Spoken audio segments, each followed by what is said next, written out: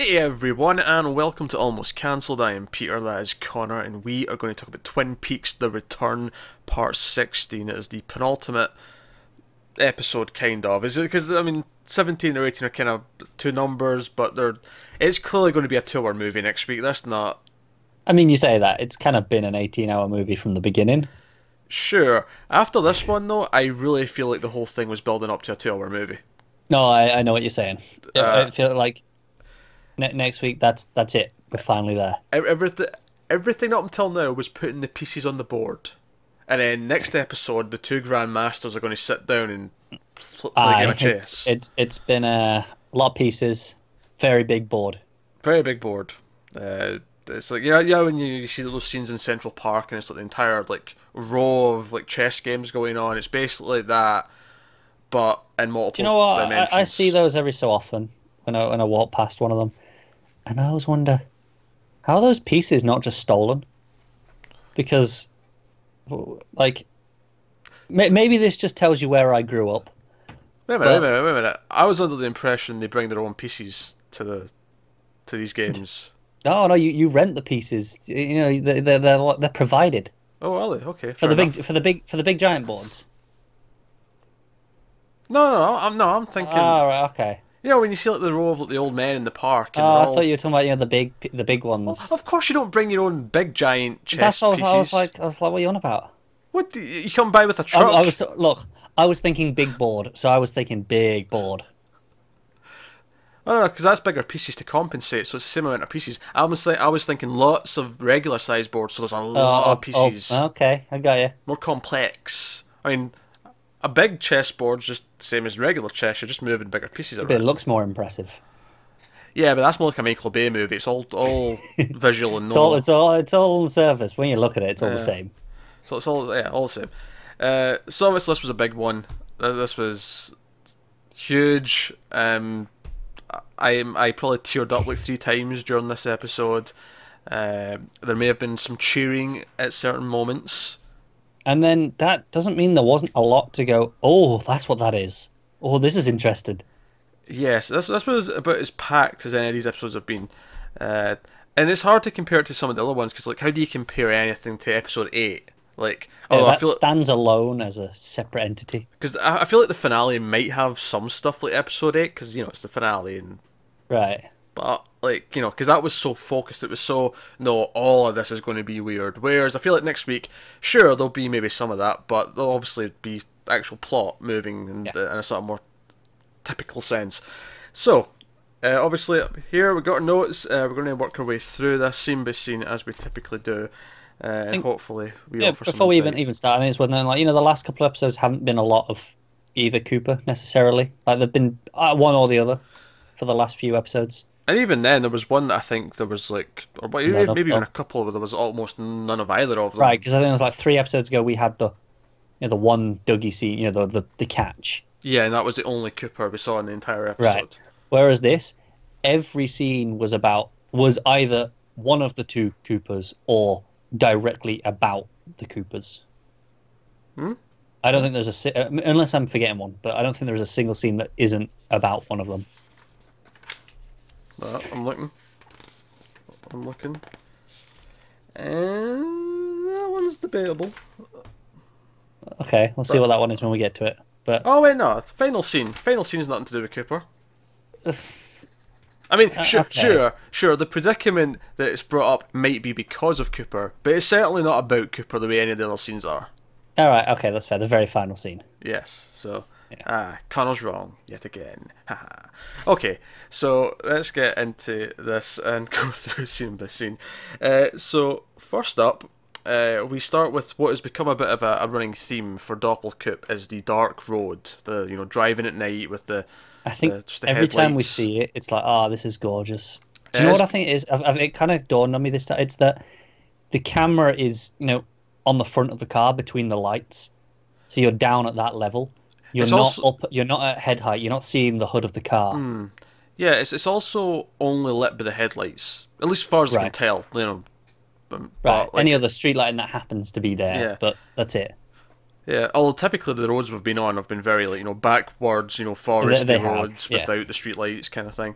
But no, so you get that. Although I did note down that the music that was playing, this ominous synth music, was actually new. But I don't think we'd heard this yet. This was a new piece of music. I don't recall hearing it before, so Yeah, it was quite nice. I enjoyed it. So yeah, going down Dark Road. Doppelcoop is with Richard, and they're being fairly quiet. But they do eventually stop at what I'll call a crossroads, and we can maybe read into the crossroads. The metaphor being obvious here. But they get out and they're there to investigate coordinates. Like Cooper explains, or Doppelcooper rather, explains that he's had these coordinates from 3 different people and 2 of them match. So Richard kind of tries to keep up with the old man, I guess, and he kind of like, he checked the 2 that are the match. He's like, you're a bright young man.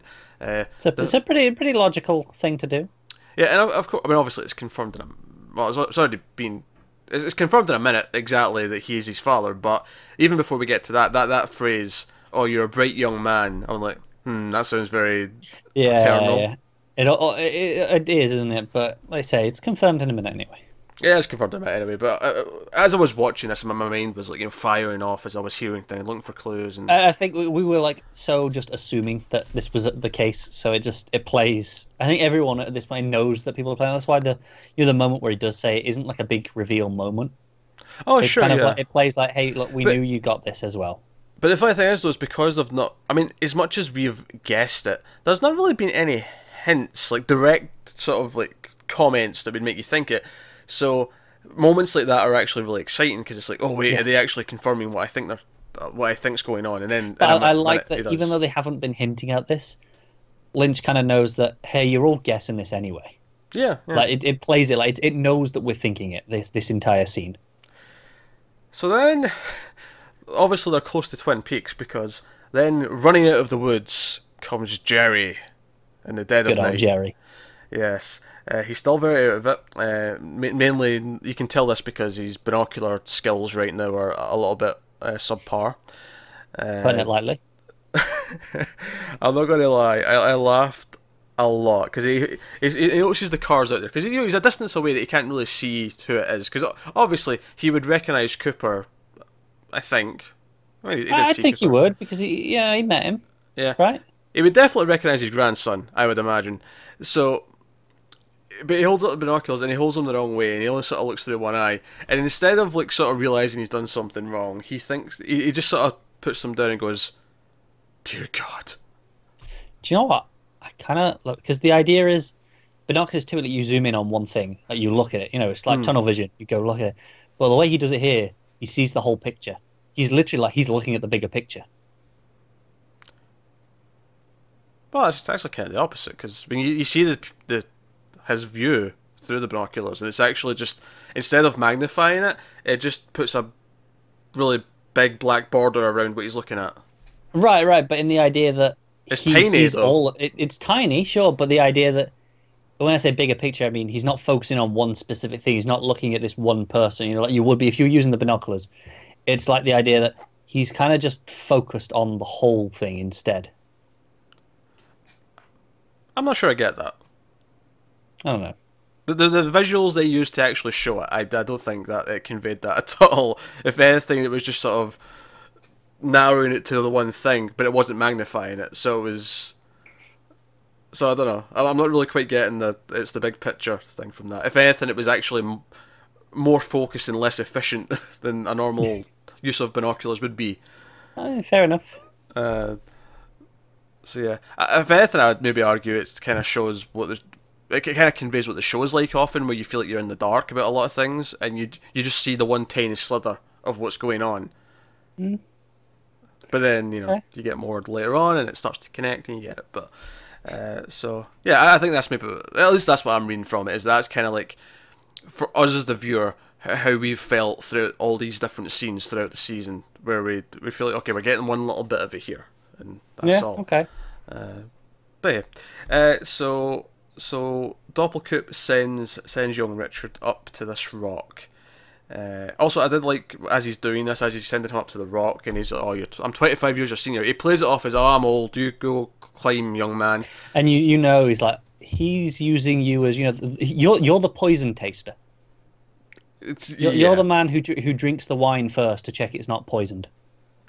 Well, actually, that I think that's up for debate. Was he using him to test if this was safe, or did he know it was not safe and he was just deliberately getting rid of him? That's a fair debate. Because when he vanishes, he didn't seem very surprised. He just kind of goes, "So long, my son." Right, and I was torn. I'm still torn. Is that the idea that was always the intention, was to send him there like as a sacrifice, so to speak, or was it he was suspecting this was a trap, and it's like the two coordinates, they were like maybe in cahoots. It's like, okay, there is a trap here, and if I go into that, I'm done. So I'm going to send someone else first. It could be a trap. Yeah, and maybe it's test. And that's why when he asks him, oh, okay, I've got two coordinates that match. So what do I do? It's like, well, you check those out, but he's going, yeah, but they might be a trap still, because they're the ones that match. Whereas the one on its own, it might be the real one then. Yeah, that's interesting. Part of me feels like it's intentional, or at least, or maybe it's like, yeah, he's testing it, but he's like, yeah, I kind of need to take care of this loose end anyway. It's it's like how little he cares, like, because there's almost a moment when he gets out the truck, and when he says the one thing where he's like, oh, you're a bright young man. There's almost like a smile on his face. It's almost like he's proud, which is nothing I ever thought I'd see Doppelganger be. Right. And it almost lulls you into this false sense of like, oh no, maybe he doesn't actually want to kill the kid. I mean, he's brought him along. It's like, maybe he does actually kind of want to bond in some weird dark way. Like he wants a new soldier, and what better soldier than someone who's devoted to their father, because you're both evil as shit. But no, sure enough, he just goes up and lets him die, and he says, goodbye, my son, and he walks back to his car, and that's it. It's very uncaring. We should point out the death is unusual as well. Oh yes. So basically, he gets to this exact coordinate. He gets up on top of the rock, and it's things. The little detector thing's beeping faster as he gets towards it. It's basically warmer, colder, and he gets there, and there's a flash. There's like a sudden oomph of a flash, and then it's all sort of electrical noises, and he basically fizzles out of existence. I wouldn't say he doesn't vanish; he fizzles. It's like a pop. It's like a pop, and then it's like he disintegrates from the bottom, because it sort of like goes up to his head, and he sort of like it's his body becomes little bits of light that sort of just disintegrate as they go up. It's interesting, isn't it? Well, I mean, this is like, was it a trap? Was that what was meant to happen to Doppelganger, or is he, is he the fuel? Is he powering whatever this is? I don't think so. I think what I would maybe debate though is that maybe he only reacted that way because he is the child of a logic being. Well, might work. So there's some of that in him. Or the opposite, it only worked that way because he's not a lodge-like being. Like, if it was Doppelganger, it would have just taken him to the lodge. But because he's a human being, it was like, oh no, what's this? And just... No, that's fair. Dead. So... but then again, that wouldn't work with the whole, it's a trap, he's testing if it's a trap thing. Right. But then again, we also pondered if it's just intentional, he needs to take care of this loose end, he wants rid of him, so... Right, that's it. There's a lot of ways to read this. There is, but, yeah, what have I written down? Bright flash, sparkling, disintegrating, aye, all good words. Favourite part of the scene, though, is actually, it cuts back to Jerry at this point. And Jerry, sees all this, he's shocked and horrified, all the rest of it. And instead of reacting like any other human being would, he blames the binoculars. He says, bad binoculars! Bad binoculars! And that really cracked me up. But so, and again, maybe that's another little meta comment that he's blaming the device that he's using to watch it, to, like, for what's going on, almost like in a sort of meta TV kind of way, like you're blaming the TV show for the things not happening that you want to happen. Yeah, it's almost like you're blaming the characters for not doing what you want them to do. Yeah, as if they're making the decisions. It's not a writer behind the scene. Yeah. You're going, damn it, Cooper, why'd you do that? But... so the final part of this scene is that Doppelganger sends a text, and obviously he's been texting Diane, and he texts it's basically a smiley face. It's a colon, a dash, and a bracket, and then the word all, and then a full stop, right? Yes. So I wrote it down exactly because I thought it was worth I did too. the exact thing. Also, there's a reason why it's relevant later as well. Yep. I mean, even in the moment, you're like, what's this? Because obviously, again, we go, okay, this is probably to Diane because that's what we've been seeing back and forth. Yeah. But it seems to have no relevance at the moment. Oh, and just one little touch is it says it's not delivered. Wherever he is right now, there's no signal. Yes. Which I think is just a really neat way of, because, okay, the scene with Diane later when she gets the text has to be during the daytime, so we just have to justify it by saying that the text doesn't go through right away, and she gets it when she gets it. Fair enough. Works well enough. So that's the opening scene. So, right away, weird death scene. It's interesting that Richard get taken out that quickly. Yeah, it's kind of like this new character was irrelevant in many ways. In the sense of ultimately, he didn't accomplish anything. He was just there to serve Cooper. And I feel like maybe that's a way of looking at like a lot of these new characters, where ultimately maybe they're just there to serve the characters that we knew before. Oh, sure, yeah, I get what you mean, but that doesn't mean he's pointless, though. That has a purpose. There is a purpose. What I meant is, maybe they don't have their own thing. Like, maybe we shouldn't be looking at them and going, okay, I want this character to do, whatever thing, and we should be going, right, how do they serve whoever's story from before? Oh, yeah, sure. I think it's interesting how sort of suddenly this villainous character, because the thing is, though, he's earned the death. Like, we've seen him do enough bad things that it's actually quite satisfying to see him go out like this. You almost wish that he knew it was coming, just so he could be scared a little bit. Maybe that's just my vindictive side sneaking through. Oh, I get it. But no, that's probably a good way of looking at it, is that a lot of these new characters are there to serve the plots of either Cooper or perhaps some of the other original characters. To an extent, I think some of them are obviously a bit more full than others. I think, a character like Janie E has a bit more meat to her than, say, Richard. Yeah, I'm mainly thinking of the ones in Twin Peaks, to be honest. Although Richard has more of an impact, though, just by the fact of what his creation is, who he came from. He has a lot going on because of that. Because as soon as we started pondering, is he Doppelcooper's son? It's like, what happened? Did he rape Audrey? And that's like this dark backstory you start building. So, as much as they may not have traditional arcs in the in the traditional sense, they actually build a lot of the background stories to what's going on and what's happened over the past 25 years. So, I guess my point overall there is I did not appreciate your tone when you said he was pointless. Pointless may have been a bit flippant. Yes. I knew what I meant. And that got explained eventually. Aye, no one else did until I deciphered it for them. I'm sure someone did. Thank you very much. So then we cut to Dougie's house, and Hutch and Chantal have arrived. They're in a van, and they're kind of dressed up as if they're painters. That's their cover for the stakeout, and they're just kind of waiting. And there was a small line before anything else happened. There was a small line where Hutch says, "Did you hear that bird this morning?" And she's like, "Oh, I sure as shit did."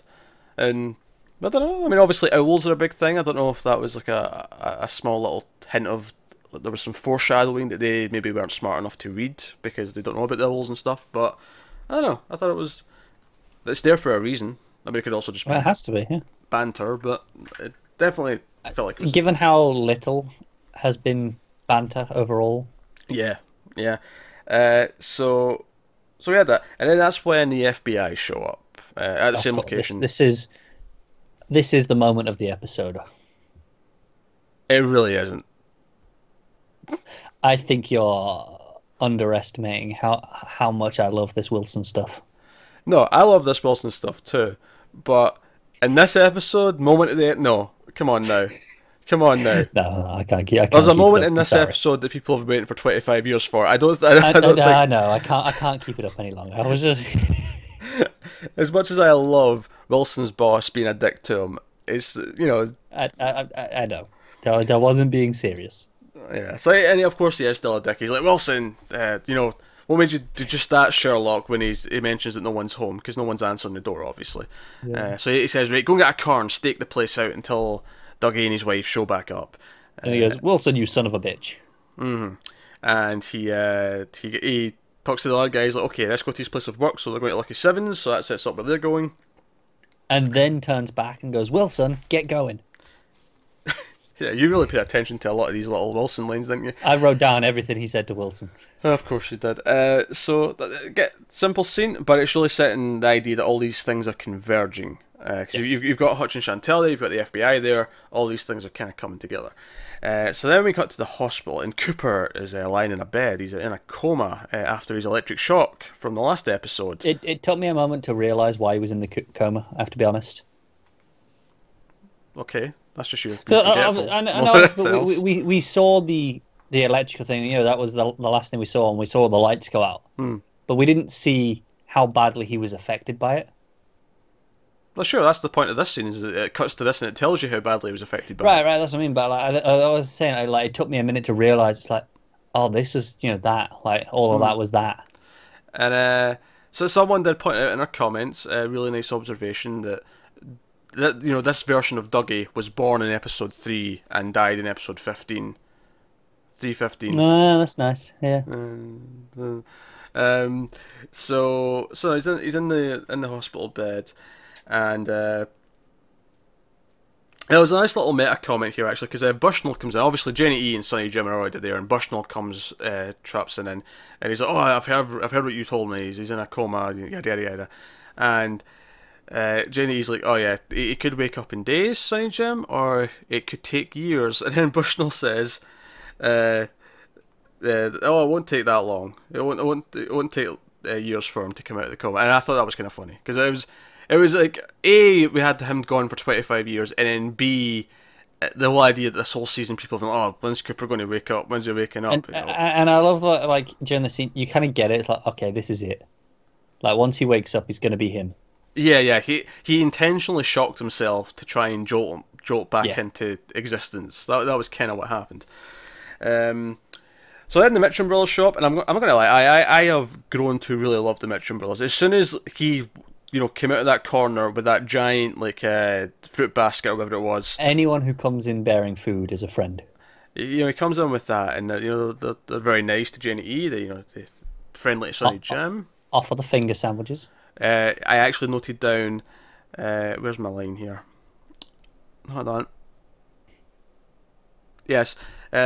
Candy steps in with the tray and says, "These are what they call finger sandwiches." Yes. Are they just finger long, or is it because you eat them with your fingers? Because I would argue that is all sandwiches.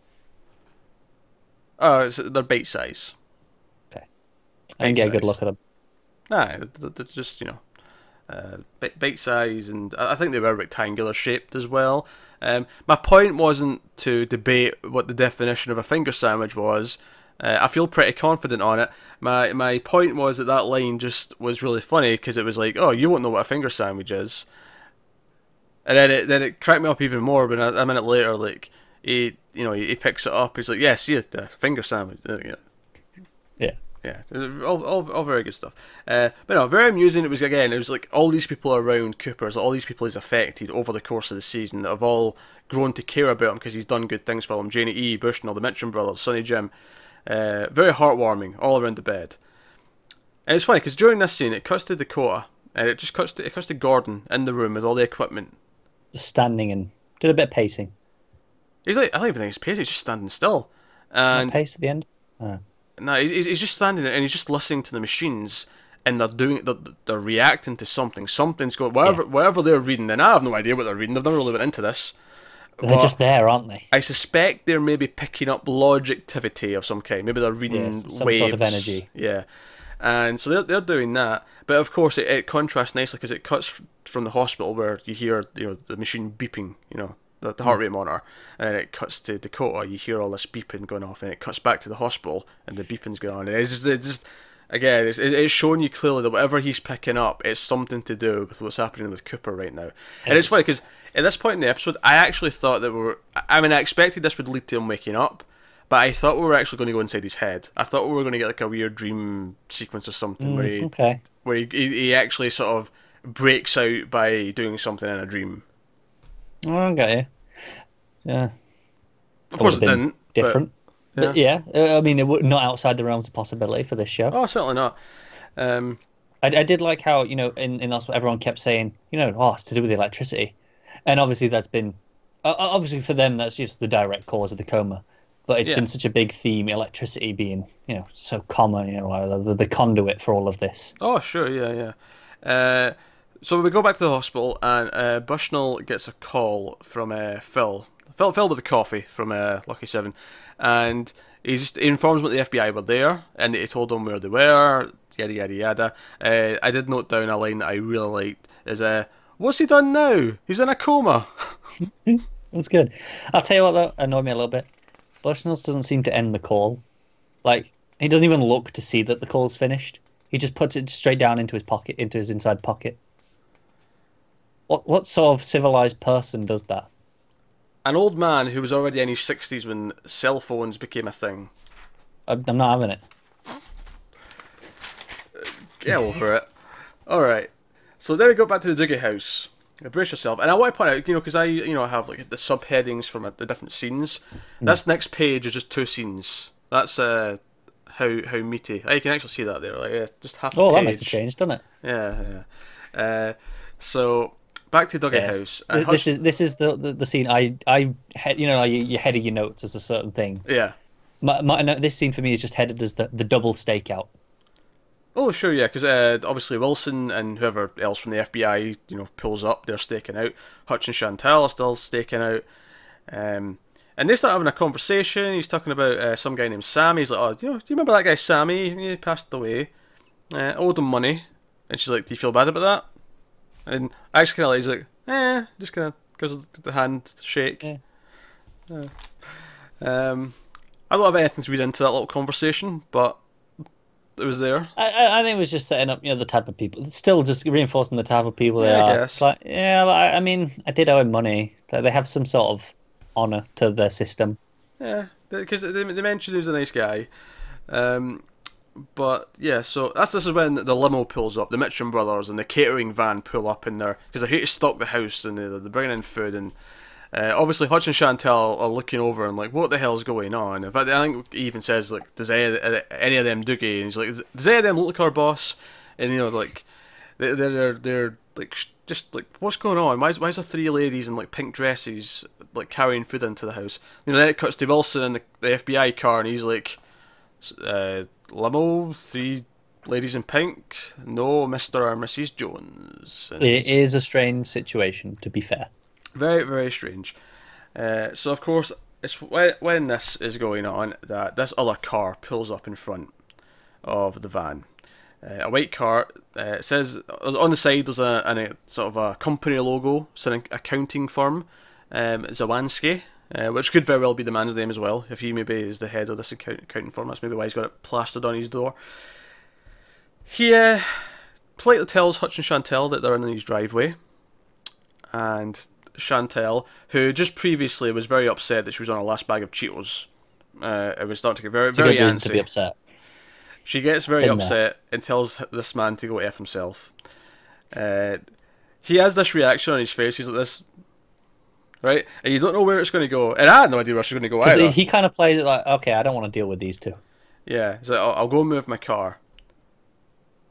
And instead, he rams the car into the front of the van. He does move the car, just forwards. Yes. Which pisses off Chantal even more. In fact, I've written, just after the go F yourself, I've just written a 1-word note that says, escalation, ... Because it does escalate. No one can argue with me that this scene escalates. It does. Absolutely does. In no way does this not escalate. And she pulls out her handgun and she goes to shoot him. Which then escalates more when he just pulls out of his backseat an Uzi. I love how he has an Uzi just lying around. And this is fantastic. Shoots her on the shoulder. Then Hutch pulls out his shotgun. He pulls off a blast. And then he's like, okay, he's ruining our whole thing. We need to go. And I love it this time. It cuts over to the FBI car, who you think at this point would be rushing in to handle the situation. Like FBI do. Because that's what they do in the FBI, Wilson. But no, he just sinks in his chair. He just ducks like, oh, we'll just wait for this to be over. I can't wait for Wilson to get a good shouting at. Oh, I don't know if we'll see it though. I don't know if we will either, but I want it so badly. I know. But do you know the thing was? This scene justified to me why he's always getting shouted at. Because he's a shit FBI man. He is. I mean, we saw it last episode. You know, we brought in the wrong family. Yeah. That was shit FBI. What, you know, it had, you know, one kid. Why did you bring him on with loads? You can tell I'm sleep deprived when I said FBI man and not FBI agent. Just for the record. I didn't notice I did that, right? Before anyone in the comments I think it says more about me that I didn't correct you. That's also I just fair. let it go. So, they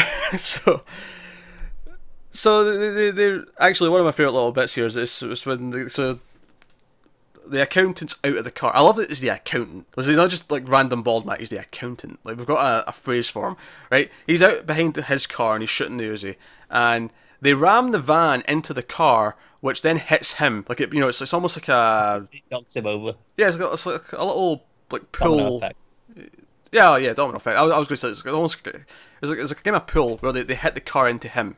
So the car was the white ball. Yes, and then he was the... Any other color. Yeah. Yeah. Take a pick. Red. We'll go with red, because that's thematic. And I thought that was really funny. It was just a really funny moment. Now, this was actually a really good action scene, which I don't typically go into Twin Peaks expecting good action scenes, but this was actually really funny. It was really out of nowhere, and it was, you know, entertaining. Yep. So then they try to drive off, but of course, the accountant's not letting this happen, so he just lets rip. He's having none of it. He lets rip with the Uzi, and we see all the... And again, I liked how this was shot, because it was like inside the van, you could just see all these, like, all the dents in the side of the van, like all the metal. With the bullets, because he's just, you know, spraying the Uzi at him. And of course, Wilson's still sitting in the car doing nothing because he's a lazy bastard. Or, actually, he's a cowardice bastard, is maybe more of an accurate. He's probably quite lazy as well. Cowardly? There you go. See, I told you I was tired. Yeah. What'd you want from me? I didn't give you... I didn't correct FBI man, but I'm correcting cowardice into cowardly. Okay, thank you. Alright, there you go. So he does that, and, like... all going down. He's basically just walking down this street, this, you know, suburb, quiet neighbourhood, family homes, all this kind of thing, and he's just walking down the street with an Uzi, shooting after him. And it obviously eventually gets Hutch. Hutch is just, like, you know, spurting blood all over the place. He's getting hit. It's you know, the way, you know, as he's walking, like, he reloads. It really reminds me of something like out of a mafia movie. It does. It feels like an action scene, either in a mafia movie or like. I don't know, like Death Wish or something. Like, just he's a bad action hero. The accountant. He is. I didn't see that film with Ben Affleck, but I'm sure this was better. I don't know. Pretty sure that had Anna Kendrick in it. Get your weird, perverted obsession out of the equation, all right? I'm not sure I can do that. Watch a good Anna Kendrick movie like Mr. Right. That's a good one. That's a very good one. So obviously let's not gloss over now. Given that a line of dialogue that's coming up later might be, you know, the most important line of dialogue in the entire show, I think it says something. There's a line of dialogue in this scene that actually rivals it for the best line of dialogue in the entire show. So, shooting's going on. The Mitchum brothers come out. They've got their guns out because, you know, as much as they've been quite nice people, they're also kind of organised crime bosses. Like, they're, you know, doing the thing. Mm. And they're coming out and they're sort of watching the events unfold. And it's after they've, you know, both Hutch and Chantal are dead. And the van just kind of, like, you know, rolls for a little bit and then stumbles into, like, a lamppost or whatever it is. And it cuts back to them. And Bradley's, what does he say? He says, oh, what kind of neighbourhood is this? And then Rodney says, people are under a lot of stress, Bradley. It's the way he delivers it. I know. It's such a good line. It's amazing. Like, I was watching. My girlfriend was watching this with me, and she doesn't actually watch the show. She just happens to catch the odd episode when I'm watching. I'm putting the TV. You can sit here and watch it, or you can go away. And this time, she sat here and watched it. Fine ultimatum. And she was, you know, on a computer doing whatever, and she just stopped everything and just laughed at this. That's how good this moment is. You don't even need to be watching it and paying attention, but it's still the best line. It's funny on its own. Like, you see the chaos happening, and then he's just like, people are under a lot of stress, Bradley. It's brilliant. Really funny. Now, of course, now that the van's finished rolling, it's hit something, the actions all came to a close. Now Wilson decides to get out of the car, and he's like, FBI freeze. And of course, the accountant's like, oh, I'm not going to mess with the FBI. He puts his gun down, puts his hands up, and we end with what is quite a sort of cinematic action shot of, like, them coming towards him, and he's, like, in the middle of the street with his hands up, and there you go. He's like, I didn't do anything. It's like, I mean, They're on my drive.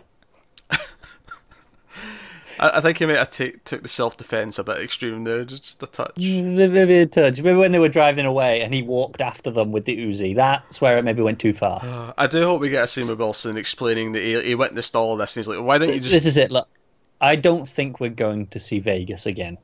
Right, I agree. But God damn it, I want it. Outside of one moment, I think we'll get, but I don't think we'll see any of those other characters. Right.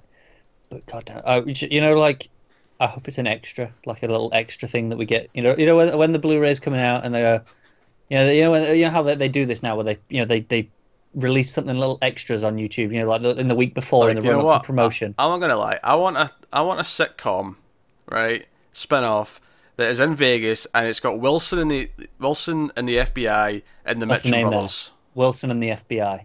I want the Mitchum brothers as well. I want. But they're major supporting characters, but you call it Wilson and the FBI. Wilson and the FBI. Oh, it's so good. Did I miss anything in my notes? No. I don't think so. That was all of it. No, that was just that. You know, Hutch and Chantal are shot. Oh, they're dead. Yeah, they are. Lots and lots of bullet holes. They are a mess. They are just like, break out the sponge. He might as well just burn it. We cut back to the hospital. The high-pitched noise. The high-pitched noise. Bushnell hears it. Same noise from the Great Northern, which is interesting in and of itself. It's like, well, that's here now. It makes that more interesting. Yeah, it makes me think, what's going on at the Great Northern? Now exactly. It's like, okay, if this is what this is, what was that one for? Yeah. Especially since that one's a lot more consistent. That's been there for days, weeks even, depending on how long those scenes have been taken over. So, taking over, you know what I mean. It's how long they've been going. So, I told you, I'm tired, right? I'm sorry, I'm doing my best. Where you doing all right? Right, so he leaves. He's following the noise. It's basically just to distract him here more than anything else, to get out of the room so that the one-armed man can do his fading into appearance and do his scene. But of course, one-armed man appears, and all I've written down is Cooper! Exclamation point, because he just snaps up out of bed. He just wakes up. Mine just says Coop! Exclamation point. I didn't even get a finish. I was like, just that's it. Excitement. He snaps up. He turns to the side, and then before he even says anything, it's like he's back. You can just see it. Backward speak from the one-armed man, or lodge speak rather, more to be more precise, because it's not really backward speak. You know what I mean?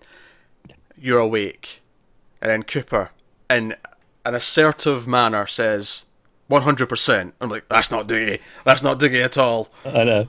And then one-armed man, finally. Yeah, tell me getting meta. like we're all the same. We're all the same, mate. Finally. That's it. I've enjoyed Dougie. That's not. I have too. I mean, I understand people who think it's gone on too long. I do. I think this is the point where this is the end of the story. More than that in a minute, though. I've got a point in that I want to make once we get to a certain moment. So one-armed man is like, and I didn't realise he could pass things through when he's like fading into that. It's a really strange effect, isn't it? It is, because he passes him the ring, the green ring from Fireball with Me. So he gives him the ring, and then Cooper's like, the seed. Well, yeah, you missed the first part of that conversation. He says the other one, he didn't go back in. Oh, he's yeah, still yeah. out there. Like, he's still out, and then then he passed him the ring. I glossed over that because it was Well, I mean, it's important for Cooper to know. That's what's setting him on that mission. Oh, sure, but I think he knows that anyway. Like, I feel like he's basically reiterating stuff that he kind of already knows, and then gives him the ring. Yeah. Okay. But I glossed over that because it was just kind of like he brings him up to speed with anything that he doesn't, anything that he might not have all the details on yet. But he gives him the ring, and then Cooper's like, the seed, and he pulls out a chunk of hair, and he's like, you need to make another one, and he's like, one-armed man's like, I understand. And what I love about this is that he's literally just woken up, right? He's been in a daze for weeks. He's been, in the lodge for 25 years, and the first thing he thinks of when he wakes up is like, you have to make another husband for Janie E and a father for Sonny Jim. Immediately. Yeah. That's his first thought, is that these people are going to be without their husband because Dougie doesn't exist anymore. You need to give them one. I was wondering, he goes, oh, do you have the seed? And he pulls out, the gold ball. Yeah. Like the orb. It's like, okay, so that's the seed. That's, we have a name for it. We just didn't know what the name was for it, but yeah. Right, but it makes me go, how much did Cooper learn in that 25 years in the lodge? Because he knows what this is. He knows some stuff. Like clearly, because he knows what the seed is. He knows what it does. Yeah. I wonder, maybe he's seen other things happen, or maybe, Yeah. it's pretty clear quite soon that he remembers everything that's happened this season as he's, Oh, definitely. when he was in his days. But obviously, this is stuff that's happened while he was in the lodge, presumably, because this is information he could have learned outside. Oh, sure. I'm just like he remembers all that as well. So it's like, admittedly, he couldn't have gotten that knowledge from that experience, but certainly he knows about the seed. I Yes. wonder how much they'll go into more that he knows. I mean, he seems to have a great understanding of how the lodge works, because he's talking to the one-armed man. He's like, okay, I understand. I need to go and get the other one, and like, he seems Yeah. to be very. And he takes the ring without question. He's certainly not. He seems to know what it is. Yeah, he's certainly not taken aback by everything that's going on.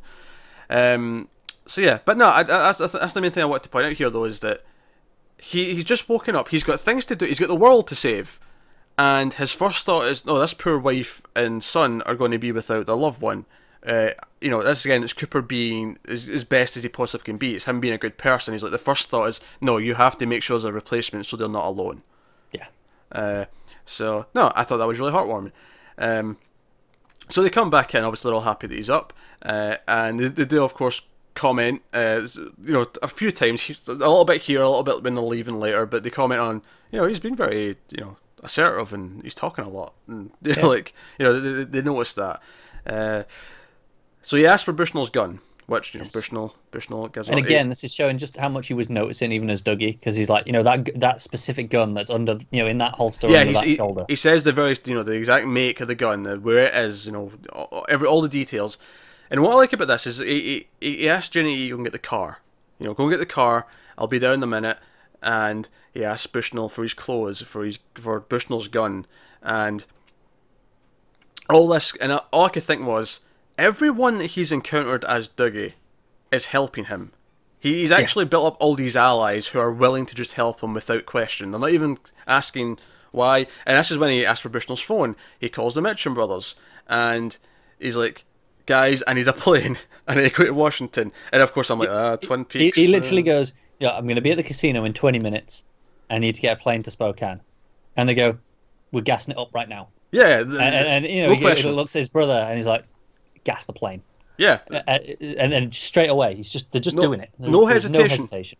No hesitation, because he has built these allies, because people around Cooper know that he's worth helping, even when he's not really Cooper. Like he's, in this even weird when he's days. just a shadow of himself, he's still helping. Yeah. So yeah, it's actually it's just after this call. It's just after this, they say to the girls, we're going on a trip. We're going to Washington. The main theme kicks in. I know, and The it's main like, theme. what a moment. Now, I'm pretty sure someone guessed that the main theme would kick in when he woke up. I think someone may well have done. Yeah, I wonder who that was. Very smart person, whoever it I was. wouldn't know. Could have been anyone on this vast internet. It's alright, I'll give you this one. I'll let that sit there for a minute. I'll give you this one.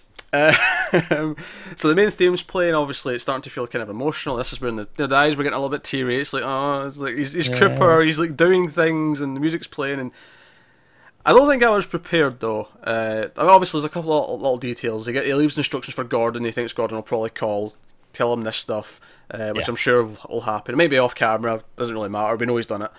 Yeah. So that's all very good. And yeah, so and he thanks Bushnell again. It's like this. It's like he knows he's not going to see him again. So he's like, you've been a very kind man. Thank you for your kindness, and you'll never be forgotten. He's again very Cooper about the way he's addressing him. And he's leaving, and Bushnell says, "What? Wait, what about the FBI? Because the FBI's on the way. He knows they're coming to the hospital. It's like, wait, what about the FBI?" And Cooper turns, music's still playing, of course, and says the line. And I wasn't prepared for this because my eyes watered up, and then I cheered. I had the biggest shitting grin. I said it along with him. So I was like, I know what he's going to say. When I said I didn't see it, I said it coming after Bushnell said his line. I mean, okay. And I wasn't prepared for the moment coming. Like, right, I had 2 seconds to prepare from when Bushnell said his line. Yeah. Right, so Bushnell says, "What about the FBI?" Cooper turns to the camera and says, "I am the FBI." So good. And walks out. That may be that might be the moment of the show. that may be the most cathartic moment, right? And this is where I'm going to, like, anyone who thinks this season went on too long with the Dougie stuff, you know what? That is why 15 hours of foreplay are worth it. That moment. It's one hell of an orgasm. It is. That's exactly what it is, though. Yeah. I mean, what is an orgasm? It's that cathartic release after a lot of build-up, right? That's what it is. That moment would have been great after. You know, all right, so we got Dougie in episode 3. Let's say that had been episode 6, just for argument's sake. Then come back. That would have been a great moment. I'm sure it would have been. It would have been. But would it have? Would you have had the shit-eating grin on your face that you had as he said that line? The grin, the cheer, the watery eyes. I almost get watery eyes just thinking about it. It's just, you know, Cooper's back. It works so well, partly because it's been waiting for so long. We've been waiting the whole run of the show basically for this to happen. But it's also doubly more like meaningful because it's leading into the finale. Like, it's not like if it had happened halfway through, it'd be like, okay, it'd have meant a lot, it'd have worked really well. But the fact that it's gearing up as he's going to fight the final fight, like, it's just as we need him. That's it. He's when you need him most. And I think the other thing is as well, like, had he woken up halfway through, especially since this is how Lynch is written him here and how McLachlan's playing him, is like, no, as soon as he woke up, he was going to go and take care of things.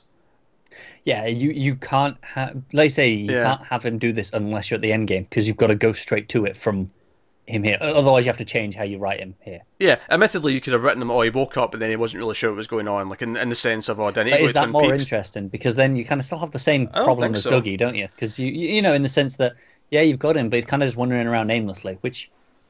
Well, I mean, he would have contacted Gordon, he would have done other things, he'd have tried to investigate things, right. But it would have been a completely different show for the second half, whereas here, it was all this build-up, and as soon as he woke up, he knows what he needs to do. He knows he needs to go to Twin Peaks, he knows he needs to do this and that, and he's built all these allies, and it's like, all these people are helping him because he's been a good person to them.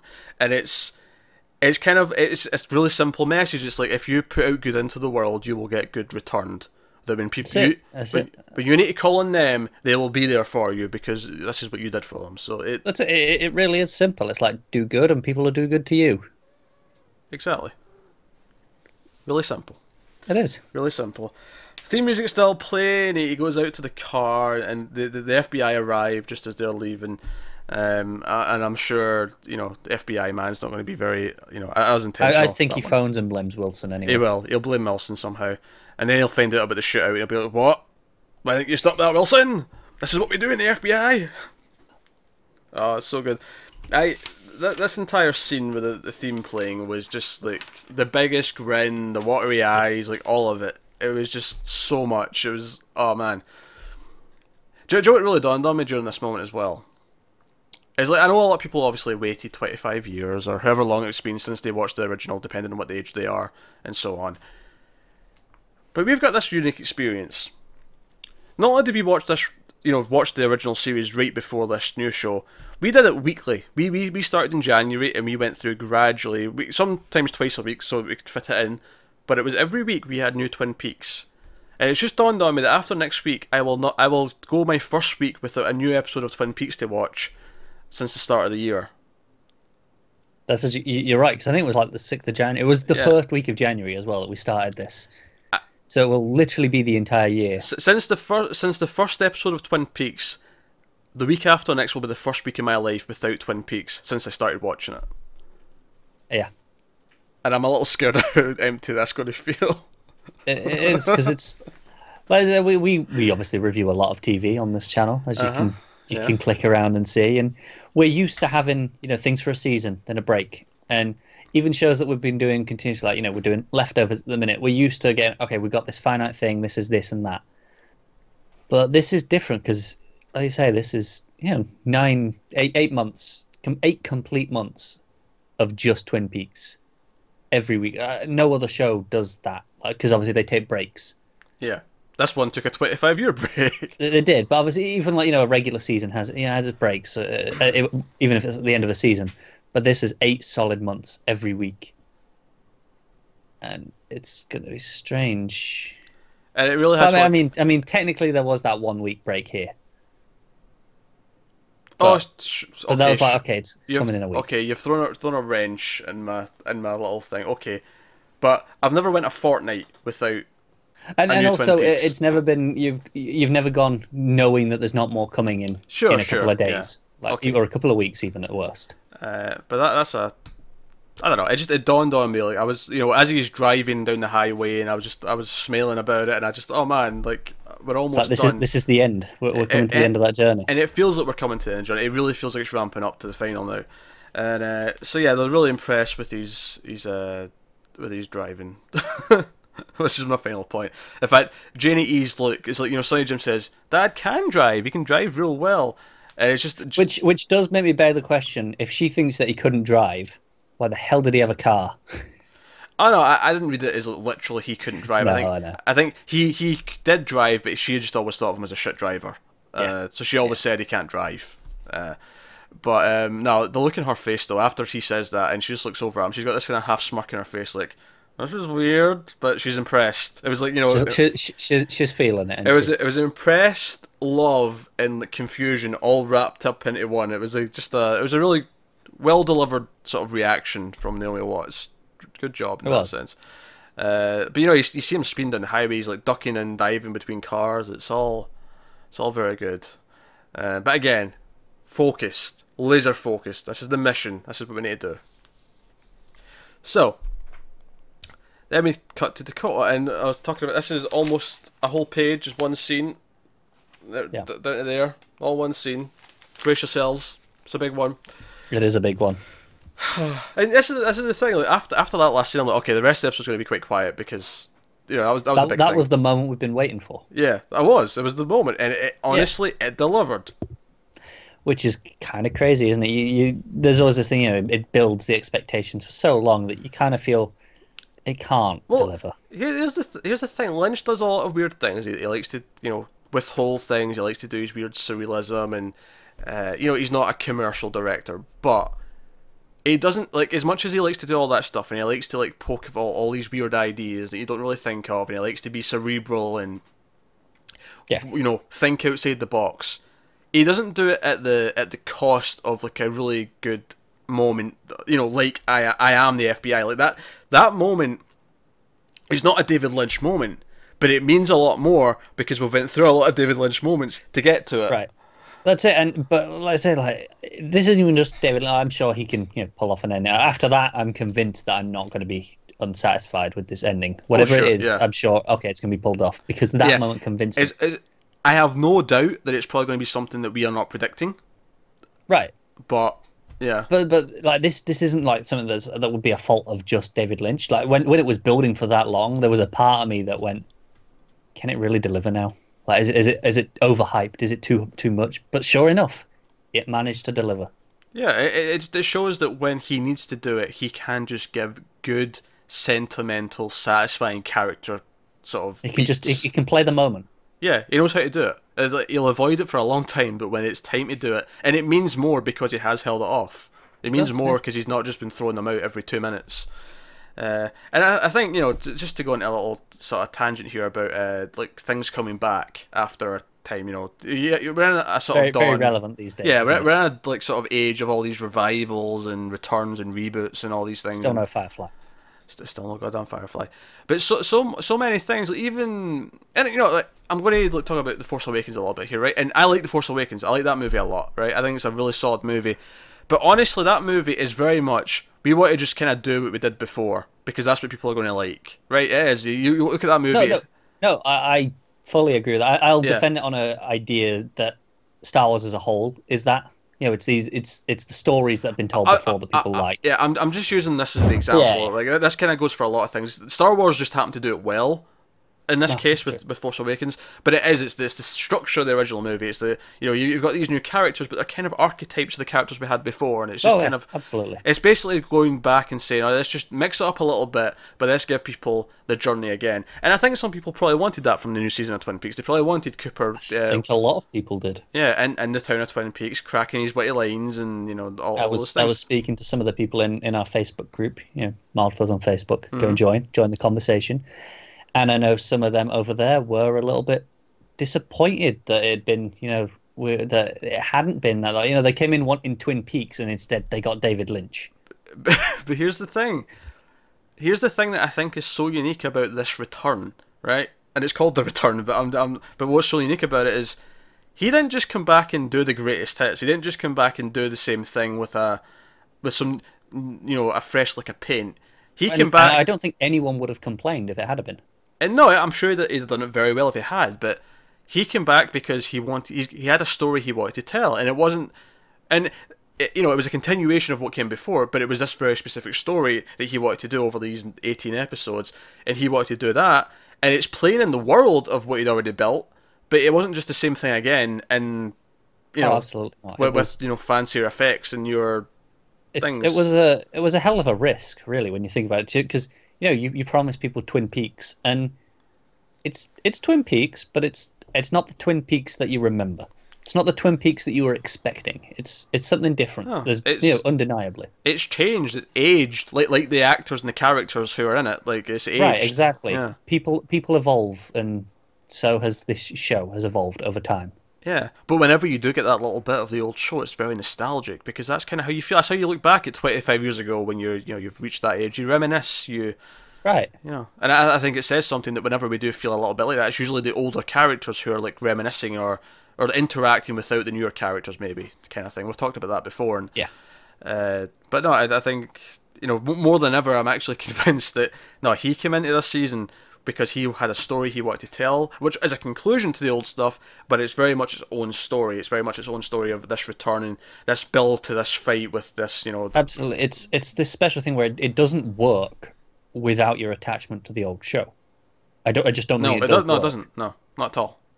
But it is at the same time unquestionably its own beast entirely. Yeah. And I'm struggling to think of many things that are that. It's kind of like Lord of the Rings to The Hobbit. Like as books. Hobbit came first as this book.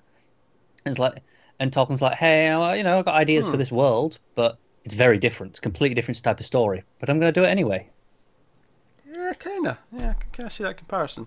Movies are another thing. Yeah. I was very keen to specify the movies would be like if Lynch went back to do the original Twin Peaks after this one, but try to change it to make it feel more like this one. Yeah. I'm not defending the Hobbit movies. I'm not going down that path. You can't. That's impossible. There are fragments I can defend, but as a trilogy, absolutely I cannot. Anyway, where were we? We're in Dakota. We were at Diane. Yeah, we were just talking about this scene yet. Yeah, I didn't even start talking about this scene yet. Oh dear, right. So needless to say, we're quite happy with the episode, just in case that wasn't clear at this point. Oh man. Alright, so Diane gets her text. She's sitting in the bar. We've seen her sitting here before. She gets her text. And I noticed that the time in the text was 4:32, which isn't quite 4:30, but it's close. Again, it's kind of it's almost like a countdown, isn't it? Although when she looked at the text again in a second, it had already got up to like 44. I thought that wasn't 12 minutes, which I think may just be an edit mistake or a continuity error more than anything else. But whatever. Probably. I noticed it just in case. So she gets the text, and it was the text he sent exactly at this point. So when we see she's got a gun in her purse, right? We see the gun in the purse. She looks into it, and you see it there. Yeah, right? and you see her just the reaction to the text. She's she's shocked. Terrified. Yeah, she's horror. She's scared. Yeah. I put shocked and horror with the two words I wrote. Yeah. I also noted down she immediately, well, not immediately, but she gets shocked and then she swigs her drink. Like she has to take some booze to deal with it. And then she just kind of comes out with, I remember. Oh, Coop, I remember. Yeah. She repeats it. And it's like, okay. And she texts back. She texts what I can only assume are the coordinates that she got. It's a very long number, isn't it? Yeah. I think it's the coordinates. I think it's obviously without dashes and things to actually signify. That's it. I was like, this is a really long number. Is coordinates this long? I don't know well enough. Maybe there's an extra number, like it's the coordinates plus like I don't know the zip code for it. I don't know. I like how you think you need the zip code if you got the coordinates. What are the other? Or something telling about the coordinates. Maybe. But it's clear like this is like a trigger, It's like she just kind of has to do this because she's got this text. And again, it's the text is a smiley face, written out with symbols, and then the word all. Yeah, it's not just a trigger; it's a command. Remember all. Yeah, and she stands up, and as she takes her first step, the drums kick in, and it's the same music that we played way back in episode 1 when we first seen Doppelganger. Yeah, and I literally, I think I did it then, I did it now. In my notes, I've just described it as F off drums. Yeah, so she's walking, and we see the entire walk. She walks, and the camera stays in front of her, and the drums keep playing, the music plays, and again, it's this really industrial metal sounding kind of music. And she's walking, it's very foreboding, like, what's she doing, where's she going? We've seen the gun. And she's walking to the elevator. She gets out the elevator and she's walking. Just in the elevator, the shot of her stood there. It's this red elevator that that inside it, and the shot is very reminiscent. When we saw Cooper standing against the red of the curtains. Yeah. It's kind of the same shot composition. Actually, that reminds me, the shot of Cooper saying, "I am the FBI." Just to go back to that moment because we love that moment so much. The framing is very similar. Like whenever, and I don't know if this was intentional, but whenever someone shares an image of Cooper, like giving the thumbs up on the internet, the shot they always share, he's standing in the exact same sort of angle and it's the same sort of pose. Obviously, you're right, yeah. He didn't have the thumbs up, obviously, in the FBI moment here, but Might as well have done. Yeah, same it was up in my mind. It may have fit as well, actually, for giving the Bushnell the thumbs up. I am the FBI. I am the FBI. Yeah, don't worry about it. That may have worked. So she's walking to the door, and at some point, she's walking in this hallway. Now she's on the floor. It cuts into the Gordon's room with the equipment, and Gordon's just kind of like, it's like he knows something's coming. He can sense it. He's got that hearing aid turned up real high. Yeah, which is probably why he can sense it, because there's a reasonable explanation. You can hear the footsteps, yeah. But again, it cuts back to her. The music's still playing, and it plays right until she gets to the door. But before she even knocks on the door, Gordon says, "Come in, Diane." Like he knows it's her, and she comes in. I'm now going to refer to my notes because there's a lot of information here, and I did all to get it all in a concise manner. So she comes in, and she sits down. She's ready to talk about what I have referred to as that night. Yes, the night that Cooper, the night that Cooper came to visit. Yeah, and as we know, Doppelganger rather than Cooper specifically. So it's very tense, right? Every time she opens her purse or she looks into her purse, I'm like, is she going to go for the gun? Like we know it's there. Because as much as she's Diane, why would she shoot any of these people? That text felt like it was triggering something. Also, I was considering, the horror on her face. I was like, what is she remembering? And I was like, is there something she can't live with? Is she going to shoot herself? That was going through my mind during this. Yeah, I can see that. Although for some reason, and quite rightly to an extent, it was specifically Gordon. I was worried about Gordon getting shot the entire time. Oh, that's fair. Yeah. It wasn't Albert, it wasn't Tammy, but it was Cole. The entire scene. Right, he's the one in charge. He's the one you want to take out. But yeah, it's funny you says she might kill herself though, because I actually think the final moment is actually kind of a suicide, and I'll explain that when I get to it. Yeah. Well, suicide may not be quite the right word, but so we'll discuss it in a minute. Yeah, when we get to that detail. So she's like, "All right, I'm ready to talk about it." And Albert gets her a drink, and she's like, "Okay, it was 3 or 4 years after she stopped hearing from Cooper, so presumably 3 or 4 years after he disappeared. So 21 years ago, we'll say, from the present day. Yeah." And she was happy to see him. They embraced, she hugged him, and he was asking about the FBI. I like that she says, he just appeared one night. There was no knock, no doorbell. He just walked into the living room. Sounds like him. It does, and it's kind of, it's already, that's, I mean, I know Cooper was, they were close friends, obviously, but that's kind of a terrifying image already. Yeah.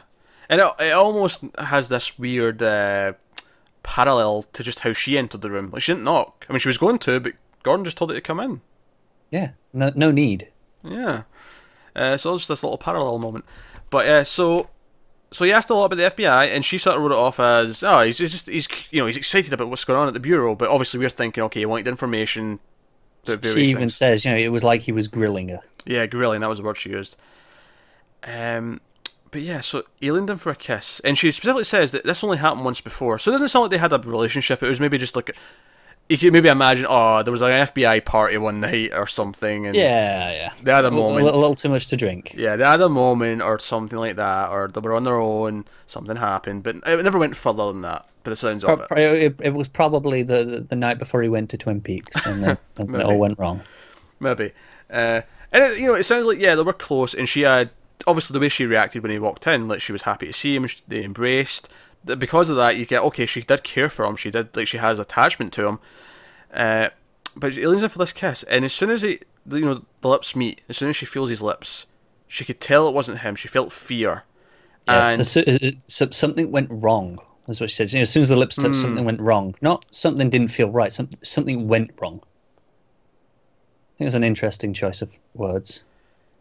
Yeah, I think that maybe shows, maybe specifically that it's like the kiss itself is just different. Yeah, like the kiss perverted the moment. Yeah. Yeah, that's a good way to put it, perverted it, because then she's scared, and she said that he could sense her fear, and he smiled. And I noted down next to this, like the text, because a smiley face. Yeah. Again, it's this idea that he's got a sick smile. And if you think back to, I think it was episode 7, where she meets him in the prison, and she has the meeting. Like, he was smiling really creepily, a lot of that, and like it adds all this weight to the smile. And then she continues, just quite blatantly, he raped me. It just says it, and it was obviously it's a very heavy moment. It's very awkward for everyone. Everyone in the room is kind of like reacting to it. It's one of these moments that, again, we've been speculating this pretty strongly. We speculated, but I don't think you're ever prepared for the sentence that someone just says, "I was raped." Like, it's a very harsh sentence. That's what I mean. Yeah. That was what my point was getting to. It's like, this is something we were expecting, because we've been thinking about this for a long time now, and that's what we assumed had happened. But when it comes out so bluntly, it's still a shock. Yeah, you're never prepared for that sentence. It's sort of thing you hear about, like, it's like murder and rape is the sort of subjects you hear about happening in the world, but you never truly think that it'll happen to you or someone you know, right? It's something that almost feels like it's friend of a friend might have had something happen to them. And obviously no one can say I was murdered. Oh, obviously. Well, in this show, maybe. Fair. In this show, there's a chance that could happen. But yeah, you're never really prepared for it. So it still hits with the thud. It still hits with the weight that it should. So, big moment. And then, like, so obviously it's very emotional, but then she's like, he took me to an old gas station. And I actually wrote down the convenience store, because that's what obviously it is. It's the convenience store. And, and then she's emotional, she's confused about what happened. Again, this idea of foggy memories, and even the fact that she remembers this stuff now and she didn't before, fogginess. Right. And it's here, she looks down at the text again, and she sees it again. And you can see it all clicking into place, a bit clearer still. However, before we move on, I do have to point out, and this could just be a mistake, but there's a slight difference with the text this time when she looks at it. Oh, is there? I didn't catch this. Yeah, the full stop is missing this time. Okay. I don't know if that means, I can't really think of anything that could mean, but it just, like, just in case, it could just be a mistake, but it's there. Yeah, I'm inclined to think mistake, and it's rare that I think that with this show. It's so subtle and simple that it could just be a mistake. Right. It could, because it's been there every other time, and I don't see why it would be different here. If someone has some great interpretation as to why this is not a mistake and why it's this deep meaning, by all means, hit us with it. And then she starts to panic. She starts to panic really, really badly. And then she says something very... I'm not going to use the I word. I'm going to say fascinating. She says, I'm in the sheriff's station. I'm not here. And I'm like, who's in the sheriff's station? And I'm like, Nado's in the sheriff's station. Yeah. I'm pointing that out. Nado's in the sheriff's station. I sent him the coordinates, she says. I'm not me. That's it. She sent them because I'm not me. Yeah, I'm not me. And then she pulls out a gun. Yeah. It's like she's going to shoot someone. She's going to shoot Gordon. But Albert, of course, as soon as she walks in, they know something's not quite right. They can sense it. They're good at their job. Albert especially, he's on the ball. Because they're the goddamn FBI. Because that's what they do in the FBI.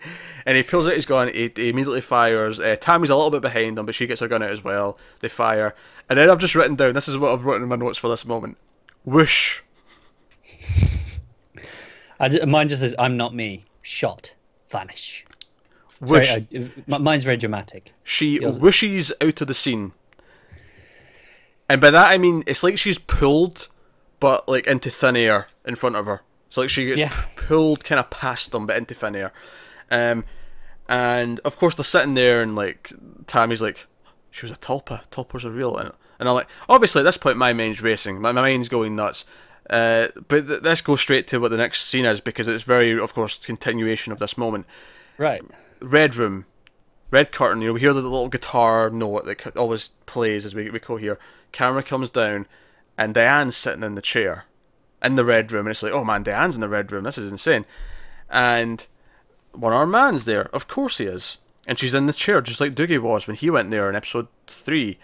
And one armed man says the same dialogue. He says, you know, you were manufactured. But of course, manufactured you. Someone manufactured you, whatever the line was. But he said the exact same line as he did to Dougie. And of course, she unlike Dougie, she responds, "I know, F you." So she's still her, you know, at the very least. And then we get, for the most part, the same visual effect that happened with Dougie. The only key difference, other than one thing at the end, is that instead of like a rotten fruit, there's like an apple or something, or a pear that like sort of like get bites out of it with him. With her, it's more like her face cracks like an egg. But again, the same sort of black smoke from within. Yeah. And then she sort of implodes and whatnot. But instead of a gold ball, or like gold seed, as we now call it, it's a silver seed. It's not the same seed. Mm. So that, I mean, which obviously we would figure out, but I think it's worth mentioning it's a different colour. Yes. It also begs the question, where's the real Diane? Like, because if this was the manufactured one.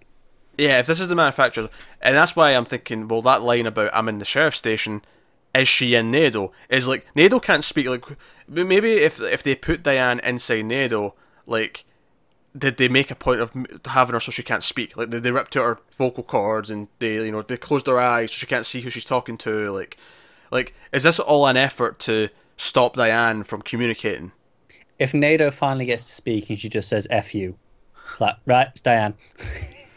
Or like, or to go, would Cooper recognise her just at at that level, like on like a soul level? Or to go one step wackier, like, is there a real Diane? That's a fair question. Like even before, was she always a tulpa? Was she always this doppelganger or this creation? Well, I think I'm just assuming there must have been, because obviously every time we've seen like these creations, they've been based. Yeah, but what I'm saying is though, like, Dougie wasn't called Cooper; he was called Dougie. Right, but he was still based off Cooper. Yeah, he was still. I'm not saying she's not based on someone. I'm saying she's not, but she's not. Diane is just the copy. Right. Yeah. No. Yeah. So the Diane that Cooper's always known has always been a copy. Yeah. She was sent there to keep an eye because he was part of Blue Rose and all the rest of it, and that's why she was there. Which begs the question that I'm going to ponder here: is the real Diane Judy? Mm. And therefore, is Judy Nado? Or maybe, but obviously I'm basing that on that line of dialogue where she says she's in the sheriff's station. She says that. She does. It's interesting, isn't it? But at the same time, I'm going to ponder: is the real Diane, is the person that she's copied from, is that Judy? Yeah. And therefore, also, that does remind me of some comments from last week about Judy that pointed out a potential theory of who that is. Obviously, I don't know who they're from exactly, but I'll comment on our video. That we spoke, I think it was last week, we spoke about the idea that a lot of these people are based on characters pre-existing. I think it was Sunset Boulevard, the idea that these are based on them. And in cinema, Judy, you think Judy Garland. Of course, Garland Briggs. Was it a teasing name? Yeah, I did see that comment, yeah. And I did think that's not bad. That's plausible. So your other theory here is that Briggs is Judy. Right. Right. Okay. Plausible. No, it's I can't fault that. So yeah, I'm like, obviously Nado being the real Diane being inside Nado is certainly a big thing here. I also like the idea that the real Diane, like who she's copied from, is Judy. Yeah. But is Judy also Briggs? That's also another possibility. But we have some real leads to go on here with these things. I think it's so fascinating. I love that, for Tammy, the idea of she's finally in this world now, because this is the same as the first Blue Rose case. It's the same scenario. Yeah, she vanished into thin air. Yeah. Right, and it's like, okay, this is it. She's in, like, fully. There's no going back now, even if there was before. This is the solidifying moment for her, I think.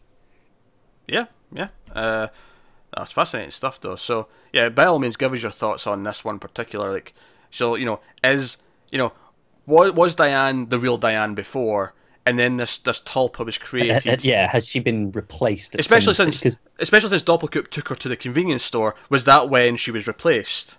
Right, and like I say, I think it would be quite easy to replace her, because she does say that at that point when Cooper visited, she was still working at the FBI, but we know she kind of went off the tracks after that.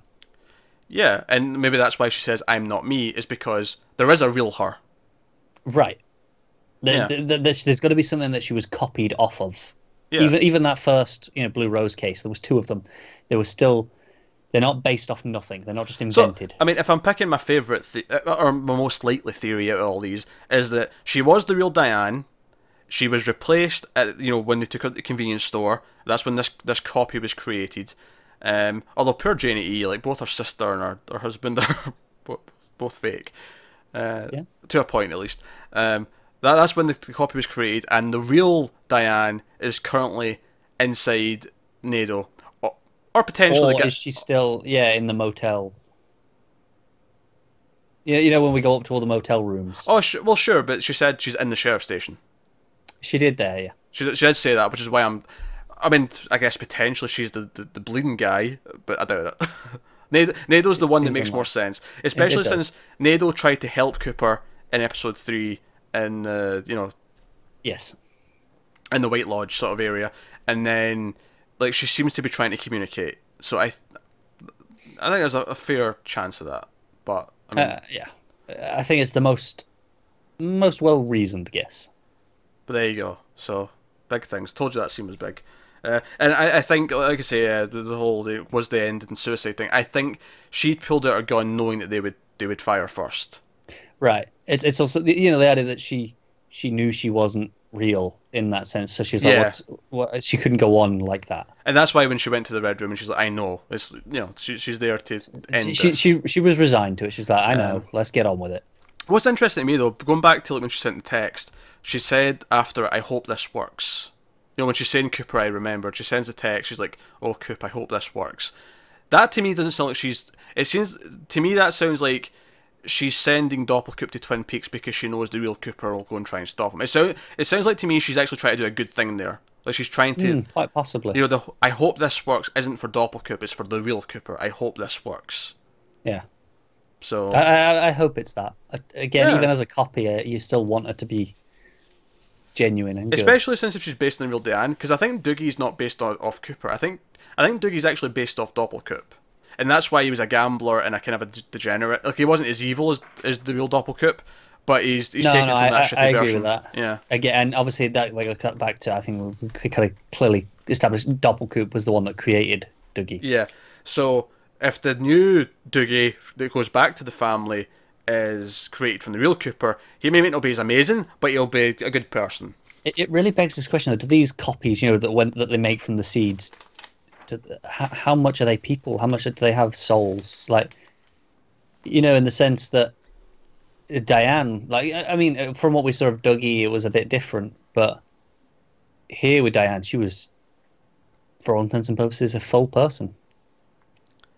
Yeah, and then she became self-aware of who she was. But that's kind of a weird one in the sense that if she is based off the real Diane and Diane was real, she was made to be an exact duplicate to actually impersonate the person. Right. Whereas Dougie wasn't really. Like, I mean, he was there to trick... He was made to be a villain. Yeah, he was there to trick, like, Lodge things from happening, but he didn't actually have to be Cooper in any way. Like, he didn't have to actually, or even Doppelganger, he didn't have to be exactly like him. He was just kind of this loser who was doing shady stuff somewhere. Yeah. So, no. Oh man, so much in this episode to chew on. It's a big one, wasn't it? So that's that stuff. So we go to the casino, and Cooper's there. Also, I did just point out, before we get to the actual conversation, because he takes Jane to Ian, that's it, because when he mentions he's going on a plane, she's like, wait, where are you going? Where are we going, even, she says. But just as he takes them off to talk, the Mitchum brothers also comment on, oh, he's actually talking quite well.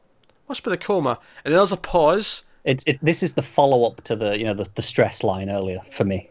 Yeah, kind of, yeah. Because then Bradley, after a pause, Bradley goes, snaps his fingers, side effects. As if that's a revelation, like, yeah, side effects. Like, for me, that was the follow-up to, people are under a lot of stress. I mean, that's what, Rodney just said, oh, it must be something to do with the coma. And that's what he means, side effects. It's like he's just excited, it's like, that's what you call them, side effects. It was just, so good. I probably love those two. Oh, it was really funny. So, you got that, right, so... Yeah, so... On you go. So we go to this, Cooper giving this speech. He goes over to talk to Janie. Yeah, basically he unequivocally proves to us that he remembers everything that's happened since this whole Doogie saga has been going on.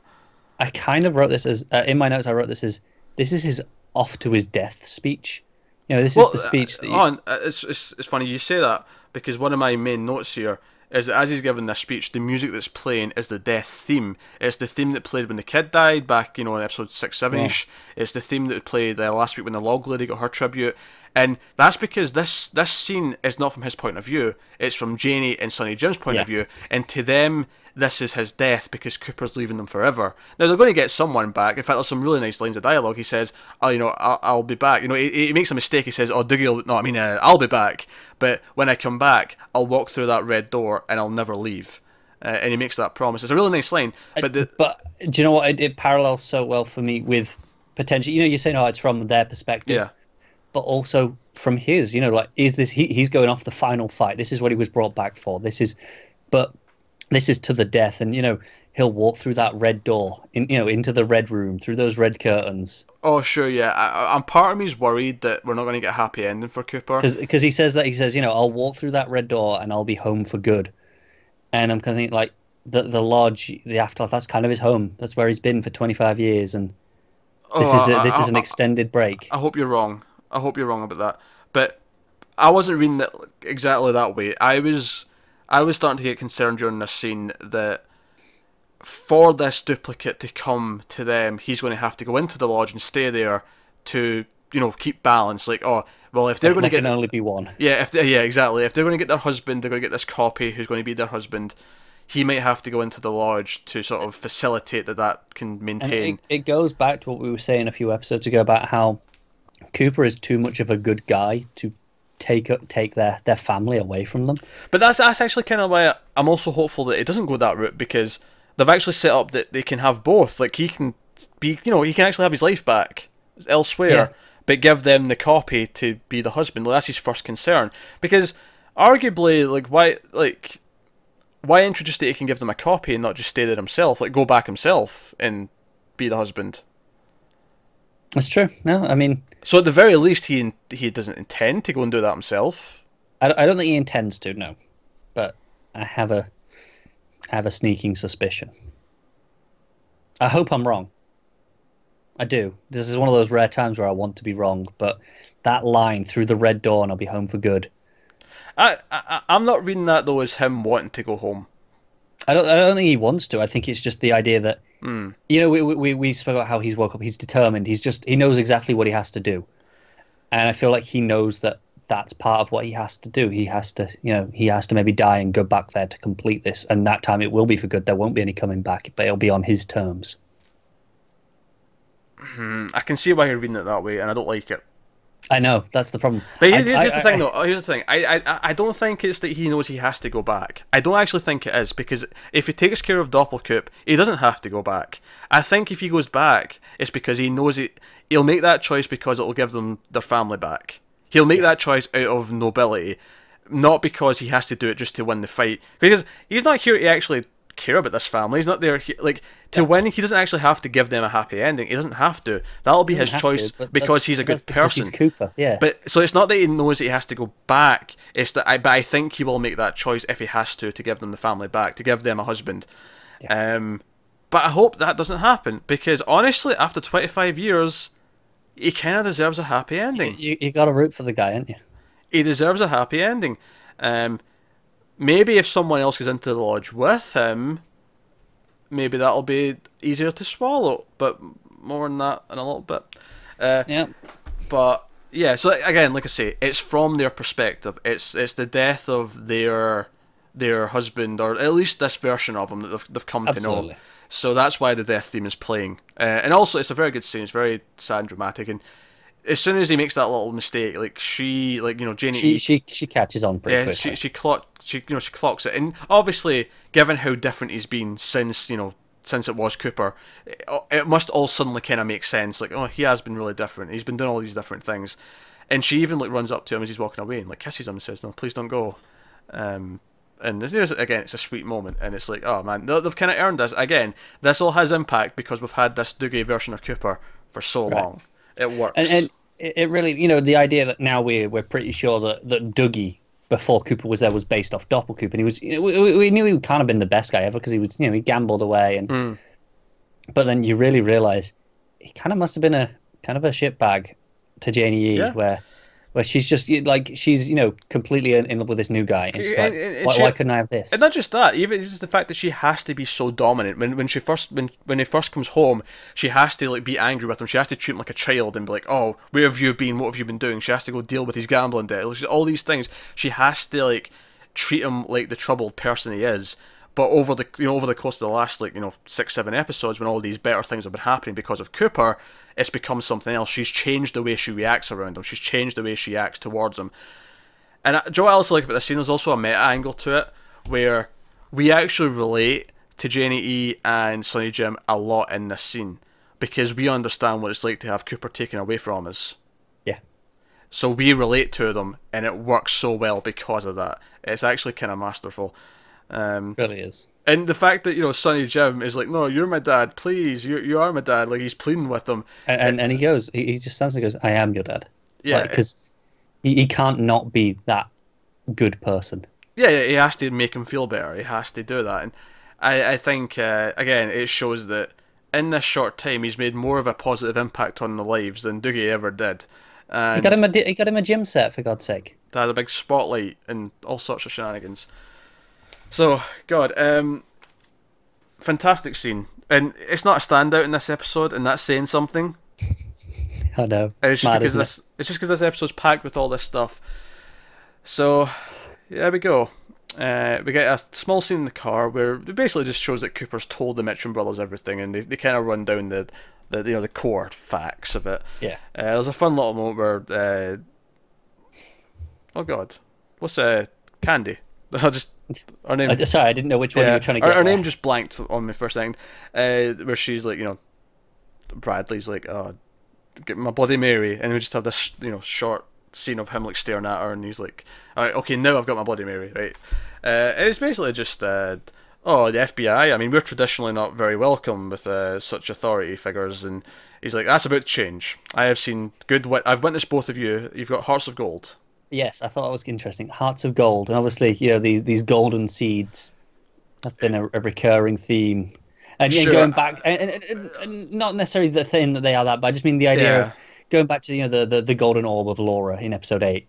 The idea, sure. That was all the goodness in the world. I don't think the hearts of gold line means anything to do with the copies or the doppelgangers or anything like that. But certainly the idea of the golden orb and the idea of just being good. It's like, yeah, sure, you're kind of crime bosses, but you're actually really good otherwise.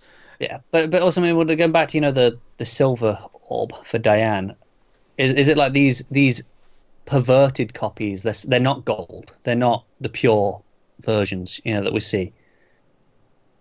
Is the silver going to be like this is a corrupted copy, like a bad person?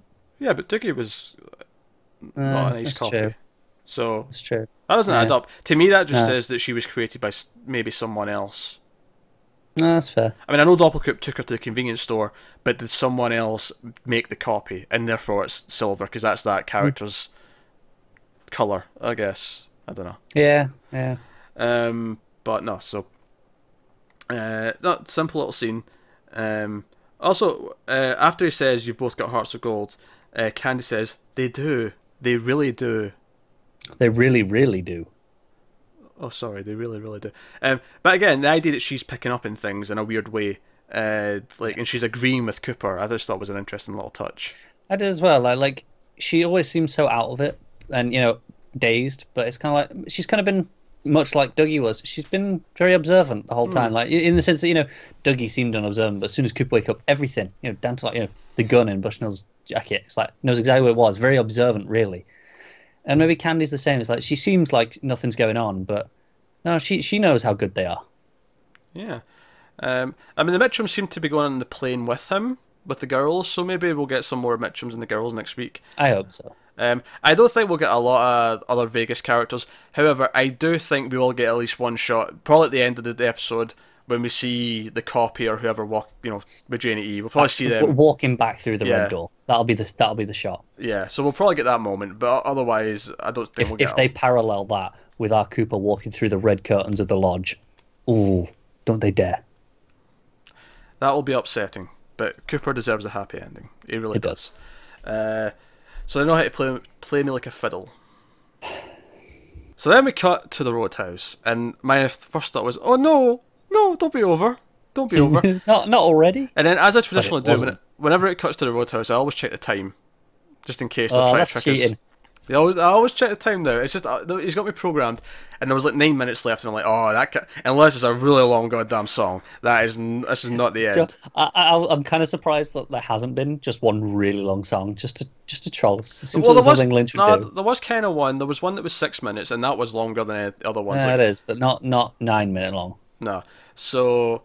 Right, so sure enough, song playing. I can't remember who it was. I didn't note down who the artist was, but it was introduced, and I did notice some of the lyrics of the song. It was a lot of the chorus was like about who I am, who I was, will never come again. Like just some of these ideas, and maybe that lends credence to your theories that Cooper is temporary. He can't stay here, like he can't just be himself again.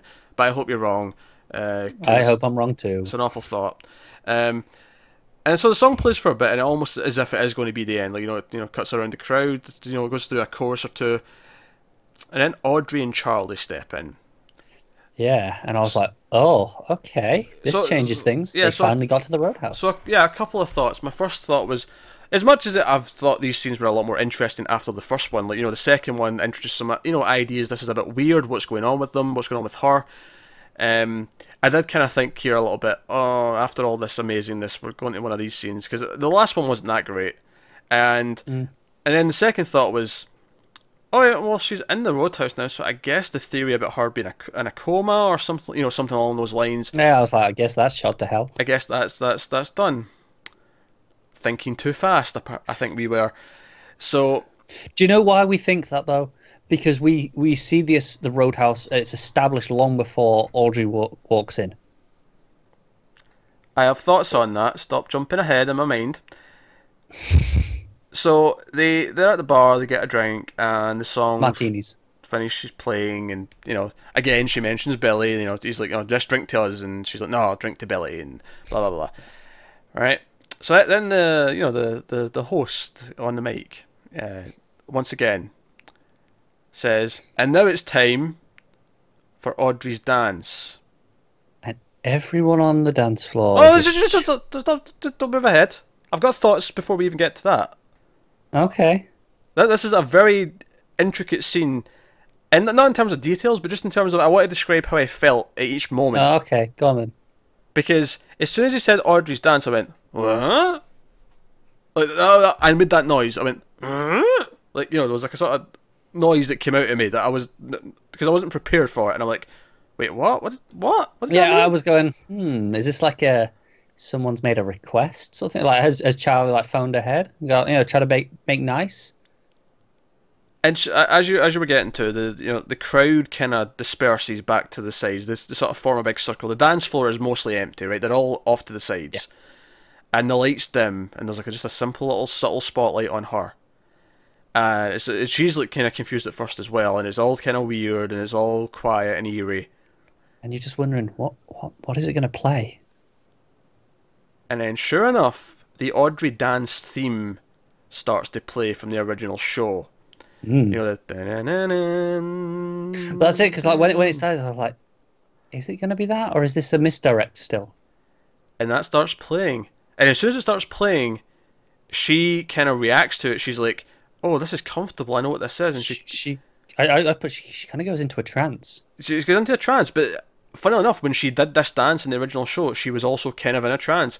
She was. She closes her eyes. She sort of slowly, like dreamlike, onto the dance floor, starts doing that old dance, and she starts moving slowly and occasionally smiling as she's doing it, and it's very dreamlike. And of course, as soon as this starts, I'm like, this suddenly got a lot more interesting. Like, what's going on? Yeah, like, I was like, and it's not just that they're referencing a big moment from the original show, because that would in and of itself be unique. But the fact that this was score and now it's not. Now it's something that's being played. Right, and the crowd. Why are they dispersing and letting her do this? Yeah, why are the crowd? Going on? Why are the crowd all watching intently and kind of shuffling side to side as if this is a big deal? Like, this is weird. This is, again, it's like, okay, this is actually. I'm back to this is a coma. I'm back to this is something else. Yeah, I'm back to this is in a coma. They're not really at the Roadhouse. She is somewhere else, and she keeps dancing. It goes on for a little bit. You know, it really lets it play out until eventually some random guy comes in and what is it?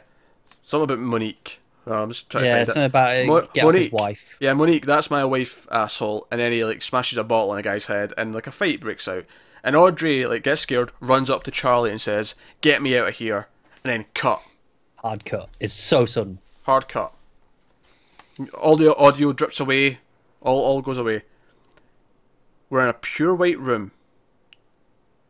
Audrey is not dressed as the way she was before. Her hair's not the same. She's not wearing any makeup. She has some scarring, presumably from a certain, explosion that she was involved in.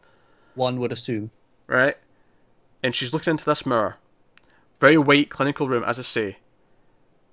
There's electrical humming, buzzing, even. And she's like, "Where am I?" Or something to that effect. Does she actually say something? Or? I don't think she does, actually. I think I'm just. I don't think she's saying anything. You're reading her look. I was worried that I didn't note down what she said, but I think my mind is honestly just playing tricks and adding in dialogue, because I don't have any notes written down for her saying anything. Yeah, so unless I missed something. She's just staring and she's scared. She's like terrified, and I feel like she is thinking, "Where is she?" Like at least that's what I feel like she's thinking. I read the same from her face. Like, where am I? What's going on? And then it cuts back to the band that was at the Roadhouse, and the song plays backwards. It's like, it's almost like the lodge version of music. It is. It's the recording. Like, the actual recording is backwards as well. Like, it's reversed.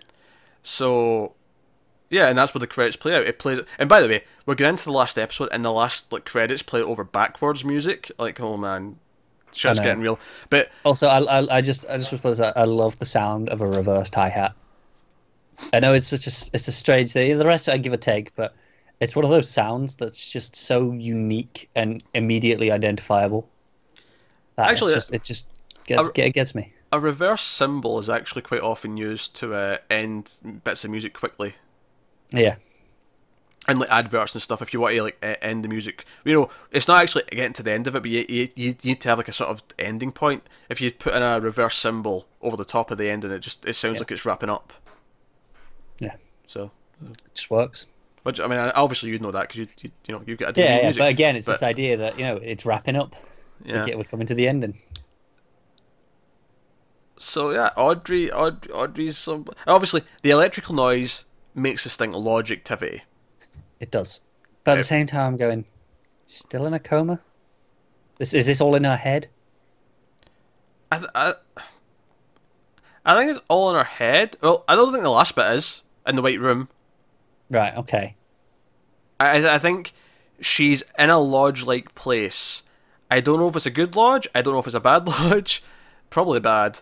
But like, I'm just saying, like, that's just instinct. I don't really have anything to go on. Yeah. Oh, well, again, it's these shots of mirrors, and it's very similar to the final shot of the original show. Yeah. It's a mirror image of that, so to speak. Yeah, she's looking into the mirror, and it's like, where is Audrey? And yeah. So here's where I'm going to get a little bit of interesting theory, well, not theory, but just I want to look at a couple of other scenes. Not in any great detail. I just want to point out how things play into this. So she goes to the roadhouse, and the roadhouse ends up turning into like part of her head. Like this is all in her head, and other characters start a fight when she's there in the roadhouse, and we know this is in her head or something similar to being in her head. It makes me wonder, all these other weird random scenes that we've had in the roadhouse throughout most of the season, now excluding the ones where it's like James is there, and he's there with Freddy and the pale drive hits, or the start of the show when Shelley was there. Yeah. But most of them, where it's been these random characters having these random discussions about Billy, for example. Most of all in her head. Most of the discussions about Billy have been and not all of them, but a lot of them have been. Yeah. And it makes me wonder, how many of these scenes in the roadhouse? Like that one last week with the girl screaming and things going black and all the rest of it, and she's terrified. How many of these things have been connected to this instead of actually real? Well, that's it, because we'd never associated before, because we assumed we're seeing it independently, not filtered through Audrey. But as I mentioned earlier, we see the roadhouse long before we see Audrey arrive. This, even though it's in her head, she doesn't necessarily need to be there. It's fascinating, and it goes back to, remember, the dreamer who dreams and lives in the dream, but who is the dreamer? Right. Is Audrey the dreamer? Right. Because obviously we were going Cooper, but seems like Audrey's dreaming. It does, doesn't it? Is her dream affecting the real world? Because the Billy stuff that she's clearly dreaming about, we know must be affecting the real world in some capacity, or do we? Because we had the one scene at the end of in the diner. double. Yeah. I mean, maybe what's happening there is that her whatever's happening, she's sending out these signals so strongly that people are picking up on it, and people are worried about Billy, even though there's no one named Billy actually in trouble. Right. Maybe that guy who ran into the diner and shouted, "Oh, has anyone seen Billy?" Yeah, I was just wondering, because obviously you pointed out to me that the people in the diner will change when that happens. It's well, was that? But when they changed, was that telling us that's not real? That's just part of Audrey's dream. Yeah, maybe. Yeah, that never happened in the real world. Audrey's got a weird version of Twin Peaks in her head it kind of functions, but it's mostly all these weird standalone characters. And it just makes me question how much has been in her head. Is there anything else of note that has been in her head, and is any of this affecting the real world in any way, or is it independent? I think one of the first things I said when we first had that scene with Audrey and they talked about Billy was that Billy might represent Cooper. Yes. Cooper's the one who's missing. Yeah. We went to that quite quickly. And I feel like this maybe lends a bit of credence to that. That's what she keeps talking about, Billy.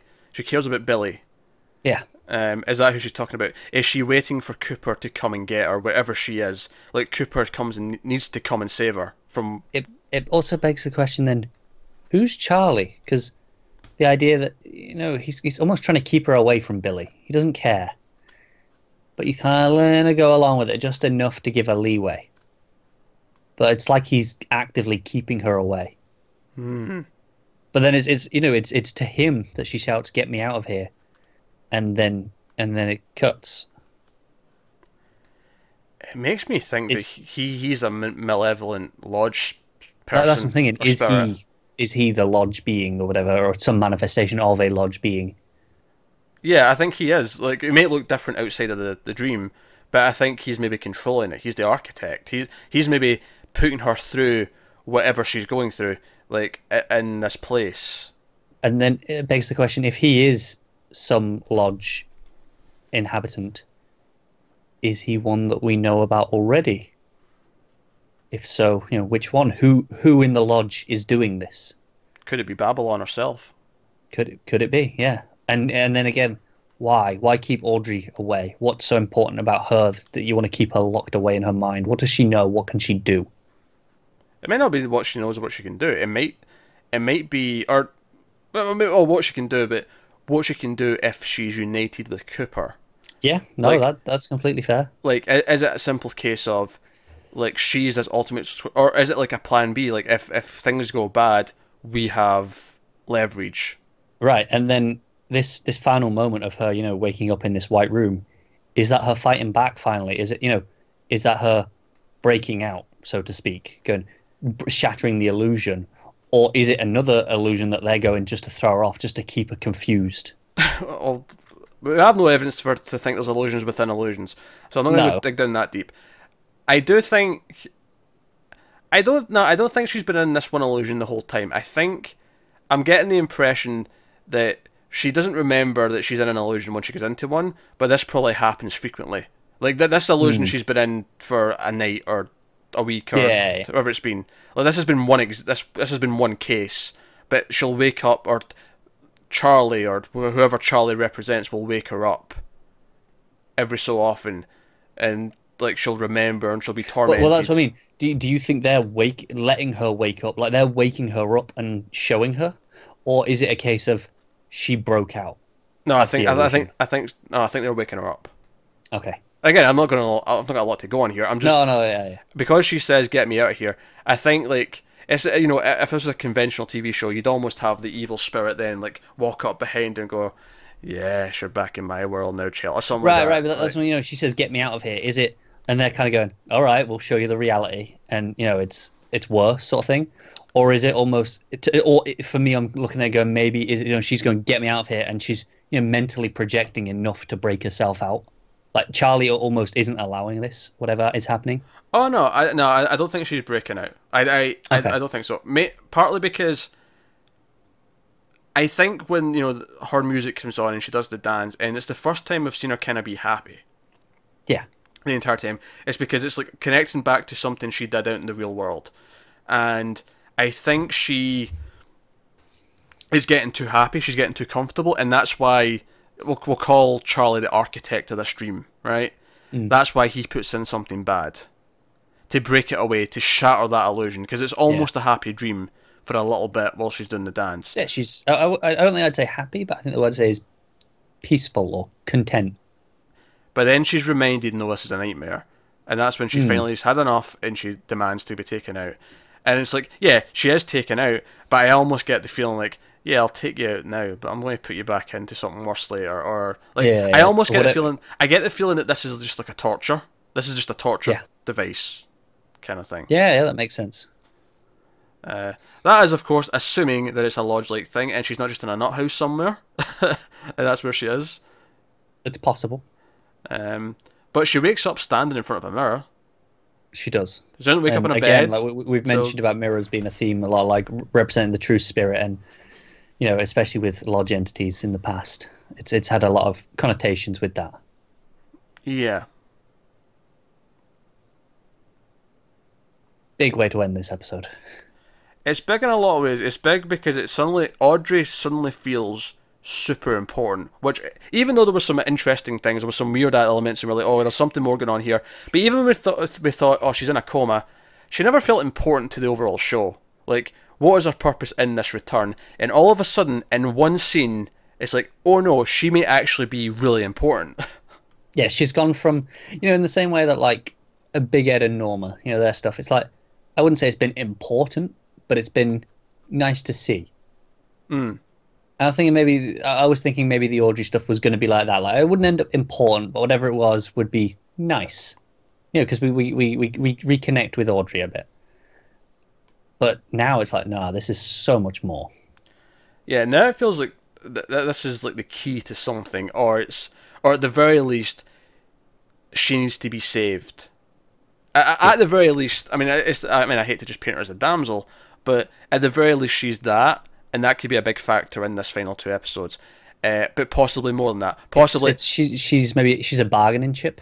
In the fight against Cooper, it's like, we've got Audrey. If we go back to the idea that she's bleeding out ideas into the real world, like, is that a sign? Is she trying to, like, even if she isn't aware of it, she's subconsciously getting information out? Is this what, you know? We talk about how Twin Peaks has gotten worse.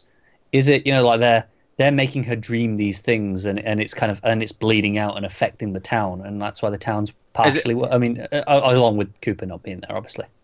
No, I mean that could be it. Like, as the reason why the town's getting worse is the really creepy stuff, like, you know, the sick child, the overall angst that seems to be going around. Like, is that the torment that Audrey's going through being projected into the real world, and that's what's causing everything to be bad.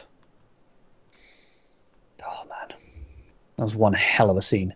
Because when you think about it, like that ending moment barely lasts, 4 seconds, whatever it is. But suddenly everything's changed. Right before the finale. I know. God damn it. And it makes me wonder what else are they going to throw in this finale. That's what I'm thinking. It's like, if that's what you're leading into the finale with, what the hell have you got for the actual thing? I don't even think we could. I don't think we could start. I don't think we can. I don't even think we can. We probably shouldn't, because we've gone a long time already, and if we start that, we'll be here all night. Yes, yeah, we really should get into a wrapping up point, shouldn't we?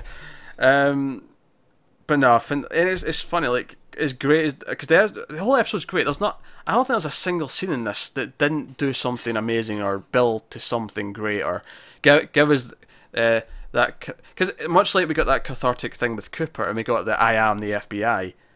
Here at the end, it's like, no, Audrey is important. She's not just this weird throwaway side thing. She is important. And because of the way she was important, we couldn't have her all season because that would have ruined the surprise, or would have because imagine if we'd got her in episode 2 with Charlie, it'd be like, okay, we'd be sick of it by now. Yeah, like, I mean, arguably the 3 scenes we got were too much before this.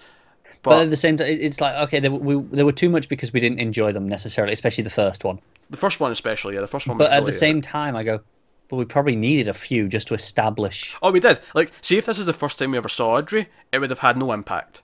Exactly. So it's a double-edged sword, isn't it? It's like you don't enjoy it at the time because it was kind of like, whatever. But it's utterly vital for this scene to work. Yeah, that scene, the music coming on and her getting into old school Audrey, feels like a big deal because she's felt so on Audrey the entire time she's been around, and then the fact that, oh no, she's actually in trouble and there is something else going on, it has more impact because it's been a few scenes of these mundane weird things going on. It's the same way we were defending, Dougie lasting so long. It's like, yeah, because it has meaning when it finally happens. And it's here, it's like, it's got to have gone on at least a bit, because otherwise this has no context, it has no meaning. And actually, to go against something I said, I speculated that she goes into these illusions, all the time, and she comes in and she comes out. Let's say it's not been that. Let's say she has been in this illusion, this loop, right? That's maybe been on replay for 25 years. Yeah, looping has been a big theme. Right. Let's say she's been looping for 25 years, and this is the first time she's genuinely woke up. Is it maybe interesting that she seems to have woken up around the same time? Because again, obviously the different things in the shows are going at a different timeline. But let's just say for the sake of this episode that this happened on the same day as the Vegas stuff. Did she wake up the same day that Cooper did? Right. For we know, it could be pretty much the same moment. Because obviously we're seeing it at night in the Roadhouse, but that doesn't mean it's night in reality. Yeah, especially since when we go to wherever she is, it's not actually reality. Right, exactly. Yeah. So we don't know what time of day this is happening. Yeah. In wherever her body actually is. Yeah. So it could be the exact same moment for all we know. It could be. And like, is it just this link where because they are connected, through love to get mushy, like, does that just give her enough strength to realise that something's not right? I don't think she actually wakes herself up. I don't think she necessarily gets that strong. But does it give her enough strength to know that something's not right, to push it? To ask to get out of here. Yeah. Like, maybe that's the first time she's ever even got that far.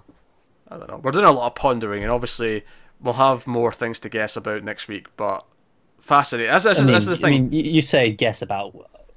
That'll be different things that'll go beyond into the answers. We might get some of the answers to do with this next week. We'll get some of them, but I doubt we'll get everything. Yeah. By no means will it be a closed book. There's a lot going on. I saw someone online wrote a list of all the opening things that need answered, or not need, but could be answered next week. It's far too many. And it was a list of 40 things, and it was we're not getting all of those, and that's okay. But I'm sure whatever the ending is, it will leave us. Because as much as we're saying, oh, the happy ending is, Cooper gets to live happily ever after with Audrey, the copy goes and lives with Janie E and Sonny Jim, and everything's okay, and Bob and Doppelganger back in the lodge, the end. There's no way, there's no way it's going to be that bow. No. Like, it might be a happy ending in the sense that we get a victory, but... Yeah, no, I would bet money, I would bet 100% money, whatever that is, the world's money, 100% of it. That it is a victory for the good. I like the way that if you bet all the world's money, even if you win, you've got nothing to get rewards because there's no money left. Exactly, exactly. So it's a foolproof bet. Sure, but you don't get any reward either. You come out with the same amount. Yeah, but I also don't have to pay it if I if I lose. Well, that's true. So it's a genius bet. So, oh dear. It's funny actually. This episode, some people saw it early. It was leaked. It was Sky in the UK accidentally put it up for a few hours early in the Sunday morning, and a few people had seen it. And someone even tweeted to us saying, "Oh, seen it already. You're in for a treat." Like, people were hyping it up. People were excited about it, and it surpassed every expectation I could have. Because even after everything else, Cooper coming back, the heartwarming scenes with the family, the stuff at the start. I mean, I've almost forgotten about Jerry and the binoculars with Richard dying. But even after all that, you have this Audrey scene that we had the heartwarming stuff, but in this final scene, it was that spark of what the hell is going on that makes Twin Peaks and David Lynch what they are. Right, and then you got all the stuff with Diane. There's stuff with Diane. So many mysteries. So many things came together, but so many things exploded with possibilities. And I feel like this is the one. Like, I know this is at the end, coming to the end of the show, but this is the one that exploded out as much as the most since episode 8. Well, you know how you felt for episode 8, like the possibilities. So much they can do. I feel that here again now, and not to say that I haven't felt there's things that they can do all the other times, but this is the most I felt it since episode 8. Absolutely. So we're getting into this final 2 hours. Obviously, we're excited. A little sad that it's ending, but it really feels like this culmination of everything Twin Peaks has been, everything in this season. And we're going to see Cooper meet. Do you know what? Since I nailed it that we're going to use the theme music when he woke up, right? Yeah.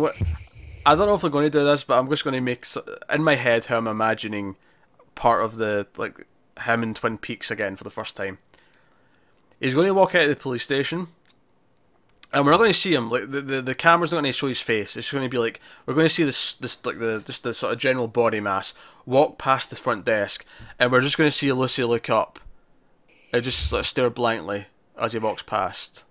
Do you know what? I hope the airport that they're flying to is far enough outside Twin Peaks so that we can get a moment of the drive in. In the original pilot, it was like going in halfway through. He comes in and he drives past the sign, which we haven't seen all show. The population sign. Oh yeah. They'll mirror the whole drive in. Right, yeah, and have that for the first, because we haven't seen that because it's not in the opening credits anymore. Of course, yeah, I can see that. Actually, that'd be quite monumental if he saved the shot of that population sign for him Cooper to see it. Yeah, for him entering it and being like, "Oh shit, the population has ballooned since I was last year. God damn." Yeah. So no, fun stuff all around. We could probably sit and predict things or make guesses all day of how they're going to handle things.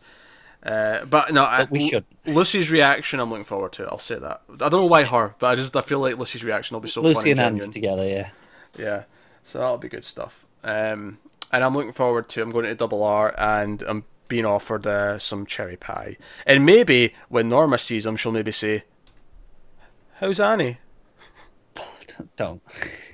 Someone has to mention Annie next week. Someone has to mention Annie. That's the Annie. biggest lingering plot thread. Maybe not by name, but maybe Norma could be like, "So my sister, is she she dead or what?" To be fair, she did come out of so she would maybe know better than he does.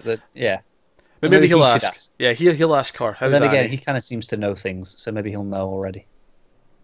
It has to come up. We have to find out a lot, just how she is, But whatever. So there you go. That's episode 16 of Twin Peaks. That has been the longest review we've done so far. Till next week, of course. The next one will top it. Luckily though, there'll be no doubling up recording time with Game of Thrones, so it shouldn't be any later. If anything, it should be earlier next week, even though it will be a longer review. So you can look forward to that. Let us know what you thought of the episode in the comments below. Like, subscribe, all that stuff. I'm sure I had thoughts about other things that I didn't say, but you know what? We've already went 2 hours. It's okay. We hit all the notes. We hit everything we needed to. So thank you very much for watching. Comments and the stuff below, thoughts, theories. If you want to support the channel, head over to patreon.com/MailFuzzTV. And you can do that over there. I've run out of steam. I don't know how to do my outro. Twitter, mailed_fuzz for channel updates. That's us. Keep watching TV. And I normally have a catchphrase that I say at the end of this. But you know what? I don't want to say that this time. I want to say something else. And I want you to set it up, Connor. I want you to give me Bushnell's line. Feed me. Oh, no, I'm not doing anything here. You're ruining the format. No, come on, feed me the line. What about the FBI? I am the FBI.